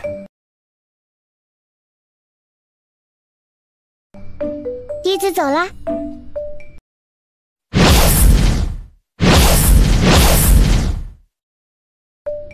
跟着我。小师叔，那个长孙枫叶很平安，不用担心。哦。丫头，你跟着我，不可擅自行动。是，师叔。哼，老吴啊，你是直接去往东土，还是与我一同前往道医学宫啊？东土，你得记得掩盖自身的气息，不要招摇。放心吧，我不像你阴阳怪气。走了。此去东土，若碰到了难以解决的麻烦，可向佛门求助。记住，安全是第一位，机缘造化皆可舍弃。你也保重。保重。丫头，走吧。好。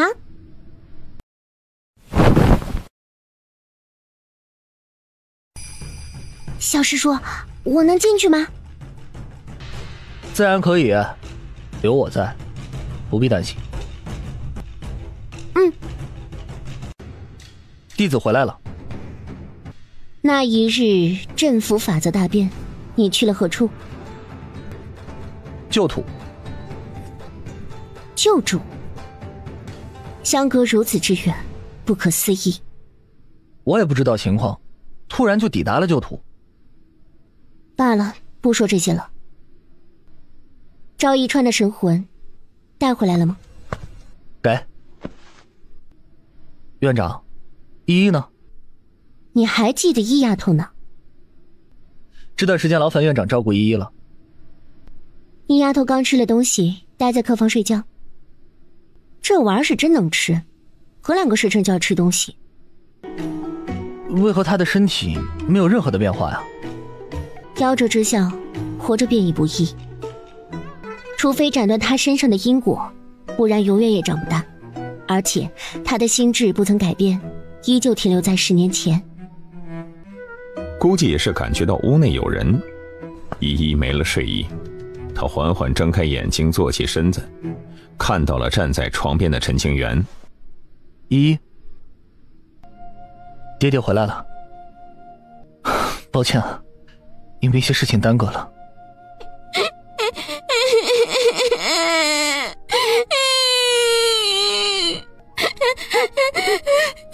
爹爹，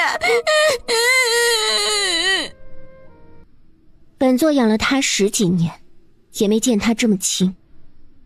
修为有了很大的进步，不错。多谢院长夸赞。这次回来，我有一事想求院长。你说。弟子欲往地州斩道，断因果。具体说说。青宗与地州势力复杂因果，不能一直拖下去了，是时候该解决了。你害怕某些老家伙不讲道德，以大欺小，所以让本座为你出面。弟子斗胆请院长出手，震慑宵小之辈。不必多礼，起来吧。本座依你便是，尽力而为。多谢院长。本座得提醒你一句，再往地州，你将身处大势浪潮的核心地带，稍有不慎，便会万劫不复。想清楚了，再做决定。弟子想了很久，心意已决。这可不是脑子一热做出的决定，而是经过深思熟虑。心念通达，修行之道方可没有阻碍，才能一路畅通。好。乱世即将要迎来新的阶段。小师叔，我做了一些吃的，给依依带过来了。近日柳灵染经常来串门，对依依格外上心，甚是喜欢。小依依，想姐姐了没有啊？不理我算了，吃的不给你了。姐姐，你这丫头真是现实啊！依依，爹爹跟你商量一个事儿。爹爹想说什么？爹爹要出门了，可能有危险。依依想留在家里跟一群爷爷奶奶生活，还是与爹爹外出呢？这一次踏入地州的区域，短时间内很难能回来。陈清源不愿意让依依身陷险境，要跟着爹爹。好。爷爷给你准备的衣服好看吗？好看。丫头，这几枚玉佩一定要随身携带，睡觉也不能摘下来，哪怕是你爹爹也不要给他。好难看，一定要带在身上吗？依依最听话的，放在荷包里收起来。好吧。一枚玉符可挡大乘级修士全力的攻击，庇护携带者1个时辰无忧。老爷子们，要不将这些东西给我？哼，你不配。此话一出，引得众老纷纷附和，意见是出奇的一致。爹爹，你不高兴吗？没有，爹爹很开心的。以前拜入道仪学宫的时候，可没见过这些老爷子这么慷慨呀。哦，爷爷们、奶奶们，依依走了，下次再回来看你们。丫头真乖。希望不会被陈清源带坏了。一想到可爱的娃儿变成清源的性格，真是糟心啊。咱们给了这么多东西，依依应该不会出意外。有着诸多至宝护体，就算陈清源死了，依依也肯定是安然无恙。哎，老常，常长老。哼，又消失了10多年，见你一面可不容易啊。这丫头怎么没点变化呀？沾染因果，依依的身体和心智定格住了。上我的兵器有着特殊的法则，没得到及时的治疗，已经无法挽回了。就当是一个教训，坚定道心。跟我回道医学宫，肯定有办法治好。不必了。你认真的？行，这件事我不劝你了。哎，不过伤我兄弟，这仇不能不报。以后我自己报仇。你报你的仇，我报我的仇。哼，还能这样算的吗？当然，你乃青宗的客卿长老，那便是打我青宗的脸面。你是我陈清源的知己好友，兄弟受苦岂能不予理会？算起来，这仇需要多报几次，方可了结。前段时间，常子秋遭遇了暗杀，其主谋正是长胜道门的真传弟子，那人名叫舒旭阳，曾经是个普通的修士，后因天地大变得到了机缘，一跃成了北荒新晋的妖孽。一个运气比较不错的小丑，拜了一次便心生梦魇，还使用这种下三滥的伎俩，真是上不了台面。大成之事，总有一些走运的家伙。若是正面对敌，再来10个舒旭阳，也不一定能胜过常子秋。常长老，据说离恨刀尊为你出面，亲自前往长胜道门讨要一个说法，略微负伤。确实没料到离恨刀尊会出面震慑宵小。这个人情常子秋是铭记于心，以后有机会肯定得偿还。长胜道门高手如云，咱们可以无惧同辈，但在别人的家门口闹事，老一辈完全有理由出手制止，徒增麻烦。你不打算隐藏了吗？藏了这么久，该入室争锋了。你打算怎么做？准备前往地州，邀战各宗天骄，要回青宗昔日的领地与丢失的尊严。就咱们几个？小师叔，您认真呐？嗯。咱们这是去送死吗？真要是上门找茬，随便出了一个大成修士就可以镇压一切了，更别提顶尖势力的诸多底蕴。我已请求道义学宫的院长出面，相信此举不会有差错。学宫的院长？要是真有院长出面，还真就不用过于忧虑了。现在还担心吗？院长最多只是让老家伙们不敢出手。相信我，若无把握，我又怎敢如此行事？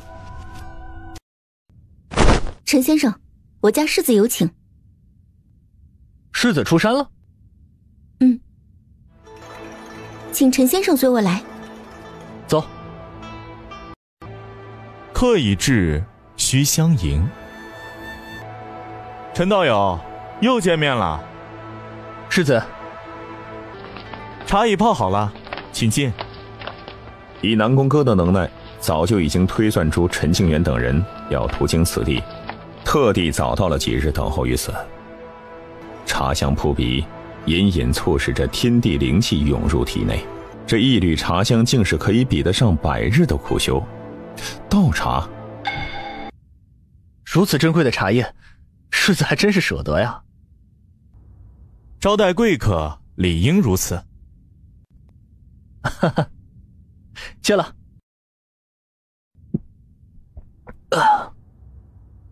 这一瞬间，陈庆元竟是觉得境界有些松动，足可以跨入渡劫境。不多时，柳灵染忽觉磅礴灵力涌来，全身的气息开始紊乱，显然这是压制不住体内灵气，有了突破的迹象。失礼了。世子要见应该是有事吧？在下有个不情之请。请说。在下想与陈道友同行。哦，为什么？我对陈道友绝无歹意，觉得道友的情况较为特殊，有助于在下的修炼。另外，道友身处浪潮的核心地带，在下想要近距离的看一番热闹。思量许久，他决定跟着陈清源游历山河万景，说不定还可以让陷入瓶颈的推演之道更上一层楼。我有助于你的修炼，此话何意？在下修习推演之术，道友的身上有着诸多因果，长时间接触与修行有益。哦，这样啊。不知陈道友能否答应？行，依你便是。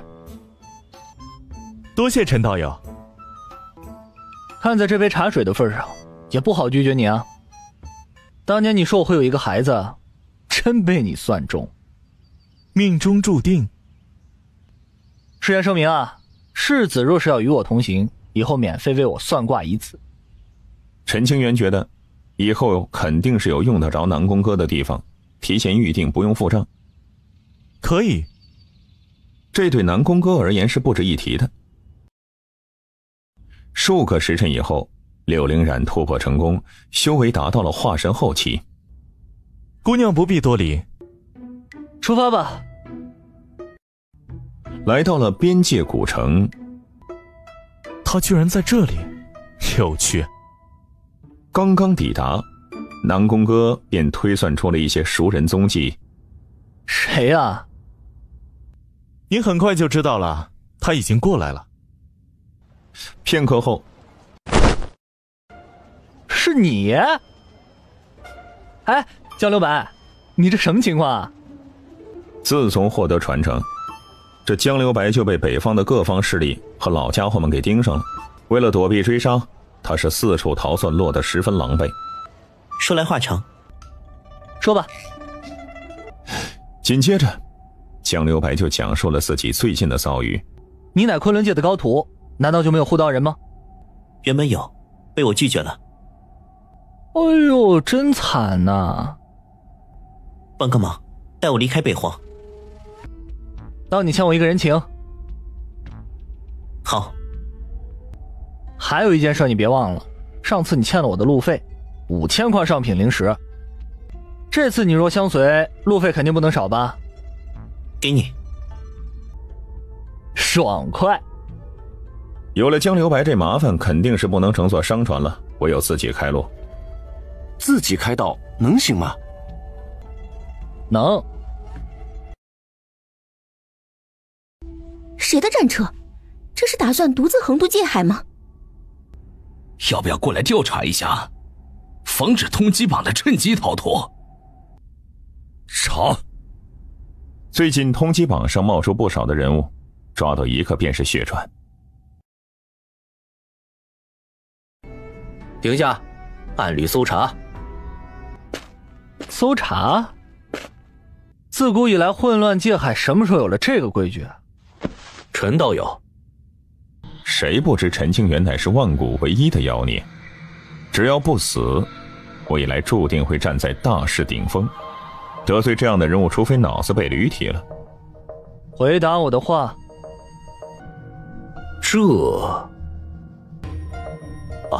近期有盗贼作乱，为了保证大部分修士的安全才出此下策的。若有惊扰到陈道友的地方，还请见谅啊。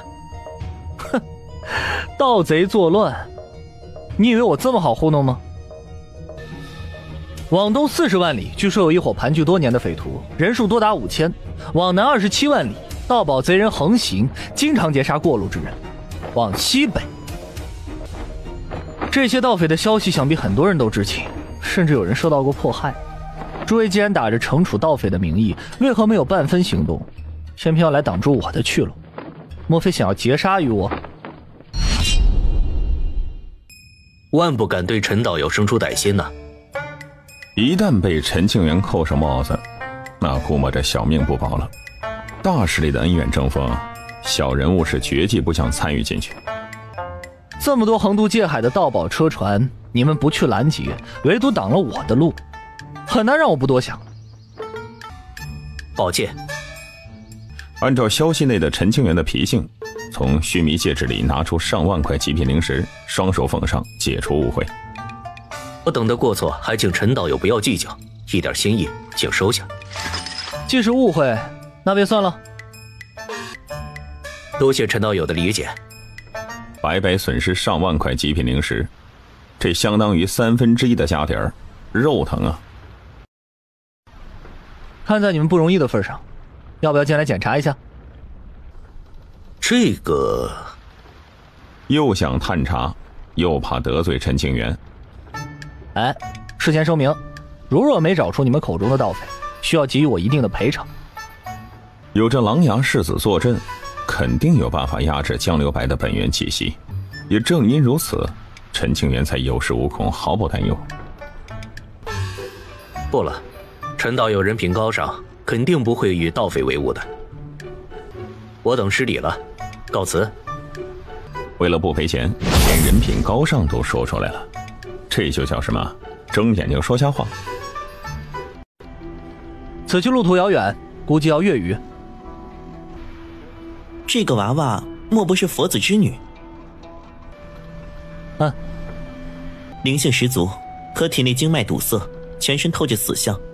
若非有大能出手，怕是活不到今日。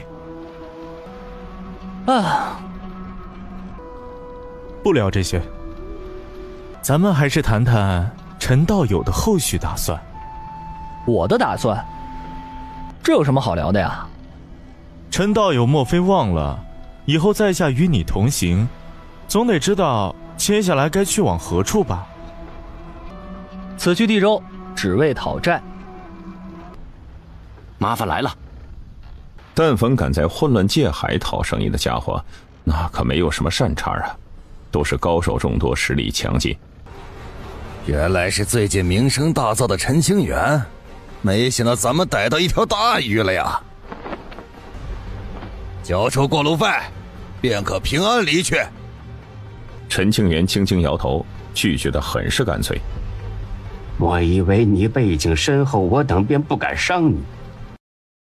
在这混乱界海，谁来了都没有用。趁我现在心情好，滚蛋！有种啊！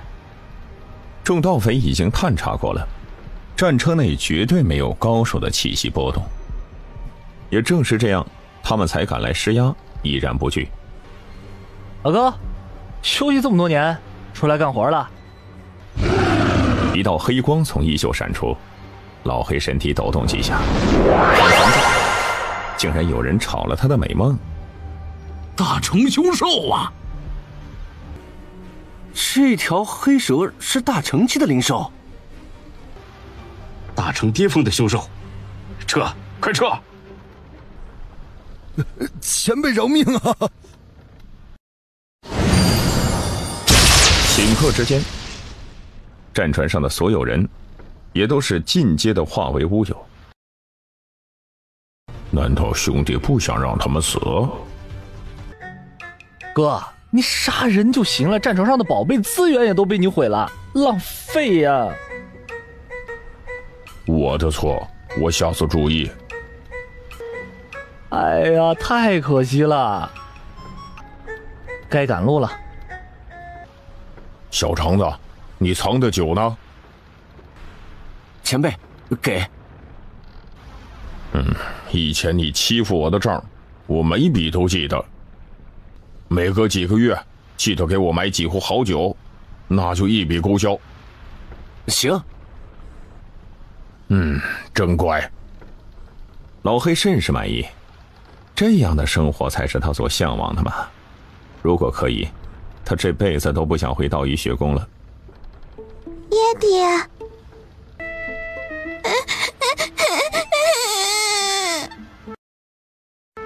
赶紧躲起来，别吓着孩子。依依不怕，蛇叔叔不会咬你。陈清源安抚了好一会儿，才让依依平复心情。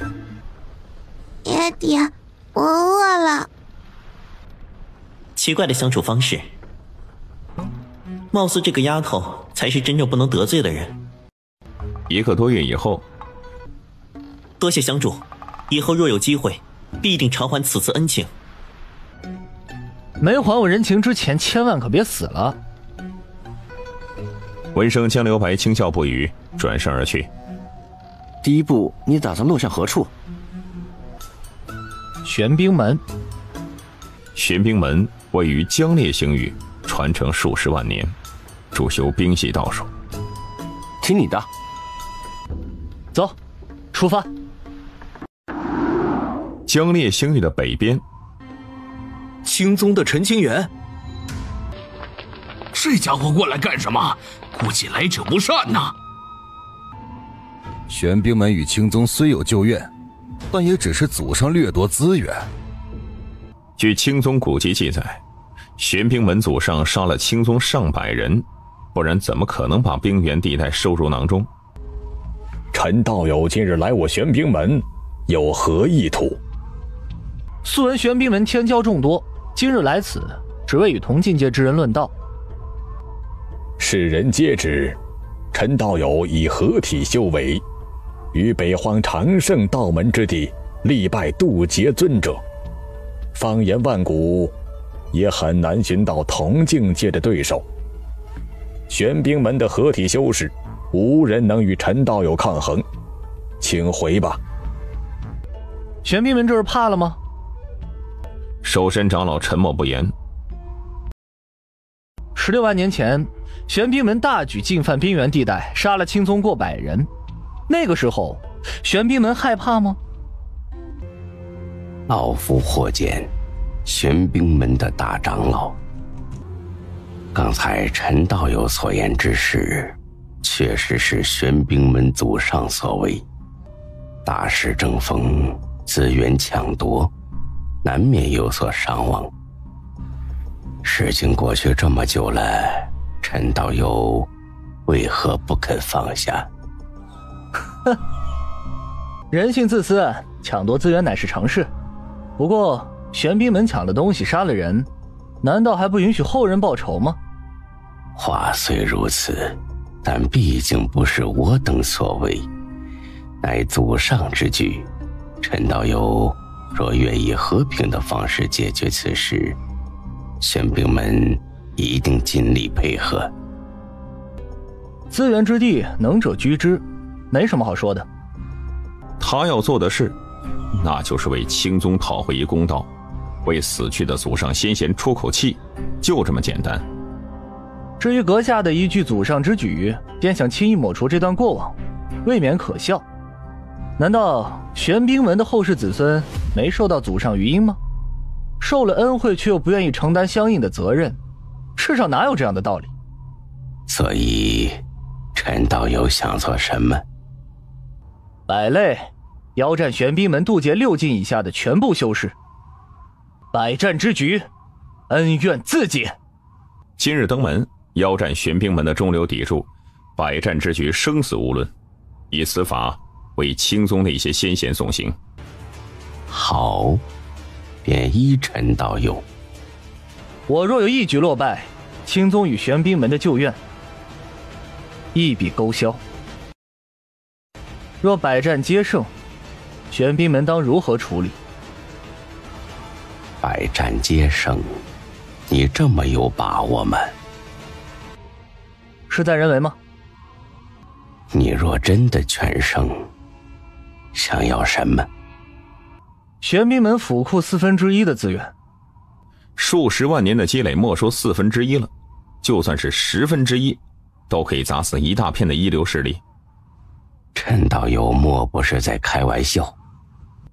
我敢以合体修为挑战贵宗的上百位渡劫尊者，贵宗却不敢赌上一部分资源，真让人失望。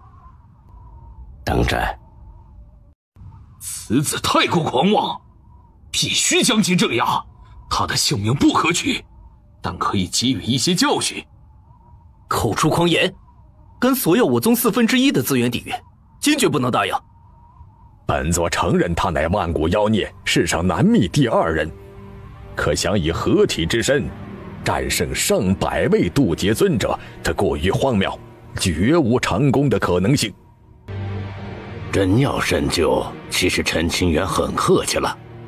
30万年前，这里曾是荒芜之地，灵气并不充裕。青宗将大量的灵脉迁移至此，耗费诸多心血建立聚灵之阵，日积月累，化为冰原，成了世上最为丰富的资源地带之一啊！冰原地带曾经是青宗一手开发出来的，最开始的打算是要在这建立一道玄关，抵御魔渊之势。宗主，你怎么看？祖上之错，后世子孙理应负责，答应陈清源的提议。另外，他若真能百战而胜，玄冰门愿再给予1/4的资源，希望可以结个善缘。宗主，这会不会太多了呀？大势之争，群星璀璨，玄冰门虽有天骄，但无镇世之妖孽，未来如何，一片迷茫。莫要在意眼前的利益，想长远一些。陈清源如果真有如此逆天的实力，只要不死，他日必可成为立于天巅的人物。到那时，玄冰门可就没有与之结交的资格了。宗主所言在理。众人顿时明悟，好像是挡在眼前的那一层迷雾慢慢消散掉了。是因为什么让我等这般仇视陈清源？明明有着化解旧怨甚至结缘的机会，为何偏偏要为敌呢？天道遮掩，无形之中受到了影响。万古妖孽数十万年为此一人，按照常理肯定要将其抛出橄榄枝，雪中送炭啊！还有，莫要忘了魔渊之事尚未解决，等到未来的某一天，魔渊肯定控制不住。玄冰门该如何在乱世之中留有一线生机呢？宗主希望陈清源可以崛起，将魔怨摆平，如此玄冰门方可高枕无忧。不就是损失资源吗？慢慢积累就行啊。我等目光短浅，请宗主责罚。放下成见，好好去看看陈清源这个人，他的未来远超我等。于是玄冰门高层达成了一致，陈清源百战若全胜，宗门过半的底蕴全部奉上。陈道友，你若全胜，玄冰门不给你1/4的资源；君若皆胜，愿赠全宗1半底蕴。啥？玄冰门自知祖上有错，愿意承担责任，只要可以了断旧怨，自愿任君取之。玄冰门没开玩笑？莫非是玄冰门的陷阱？谁家谈判越谈损失越严重的呀？一向机灵的陈庆元搞不懂玄冰门的意思。顶尖势力的一半家底儿，那少说都是上千万极品灵石啊，一些那数之不尽的珍稀宝物。道友天赋盖世，玄冰门不愿与道友结怨，只要道友有能力，承诺的资源肯定双手奉上。奇怪啊！回想着过去的经历，老爷子坐镇青宗，邀请地州36宗强者谈论旧事。当年仅有几个宗门登上听道山，甘愿付出惨重的代价了去银国。那时各大宗门联合起来，丝毫不肯让步。可现在玄冰门态度为什么变了呢？这倒是让人费解啊。白泪，哎，老哥，你帮忙看着，如果有人暗中使手段，记得出手。放心吧，有哥哥在，一定会倾尽全力保你周全。擂台之战，不管什么情况，老哥无需理会。好。大成期的凶手，大成修士世上并不多见，有着大成凶兽陪同护道，不愧是陈庆元呐，背景真雄厚。小肠子，拿点吃的过来。前辈，慢点吃，已经没存粮了。你不知道去买吗？但对此长子秋则是无奈的一笑，也没有反驳。谁叫自己以前犯了错呢？不小心得罪人家了。谁来一战？在下贾行，愿与阁下较量一番。贾行，修炼8000年，玄冰门的一位执事，修为已达堕阶4境。出手吧。早些年便听闻了陈道友的威名，虽然在下修为略高，但不敢轻视，定会全力以赴。如有伤到陈道友，还请见谅。你且记住，这是擂台，全力以赴，生死勿论。陈庆元要的就是酣畅淋漓的战斗，而非随意过几招。生死间的斗争方会有体悟。好。若不认真，你真的可能会死。为何我有种浓浓的不安？一定要倾尽全力，不然真的会死。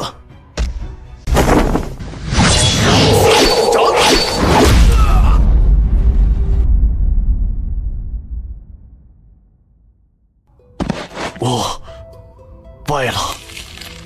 贾行输了，被鲜血浸泡的眼睛看着正颤抖的双手，视野较为模糊，他心服口服。这一剑叫什么？微虚。怎么会输的？贾行的实力可不弱呀，怎会？刚才贾执事若不施展全力，恐怕已经死了呀。此子妖孽也。真正的妖孽，无视了天道秩序的禁锢，修为上的禁忌鸿沟，根本拦不住陈清源。与他同辈，何其不幸呢？他的身上有着禁忌痕迹，确实非比寻常。下一个，我是来打架的，不是来嬉皮笑脸。战若起说了百战再谈，那就不可能停下。一开始霍简真不觉得陈清源有着百战皆胜的能耐，因为太过荒谬啊，任谁都不相信。此刻霍简改变了想法。谁敢出战？那些修为处于渡劫中期的执事长老纷纷沉默了。这一战可真的是有性命危险，若是侥幸赢了，那也没有任何的名声，毕竟是依靠修为优势，可若败了，很可能就会落得和贾兴一样的下场。难道要让本座点名吗？正当玄冰门上下处于尴尬的气氛时，偌大的玄冰门，莫非门中之人皆是孬种？我辈修士何惧一战？今日连合体境的陈清源都不敢一战，他日怎能破劫入大城？多年以后，尔等皆要成为玄冰门的擎天支柱，怎能怯战？弟子愿往。董清羽，你刚刚踏入渡劫中期，实力连贾行都比不上，此战若上，不怕死吗？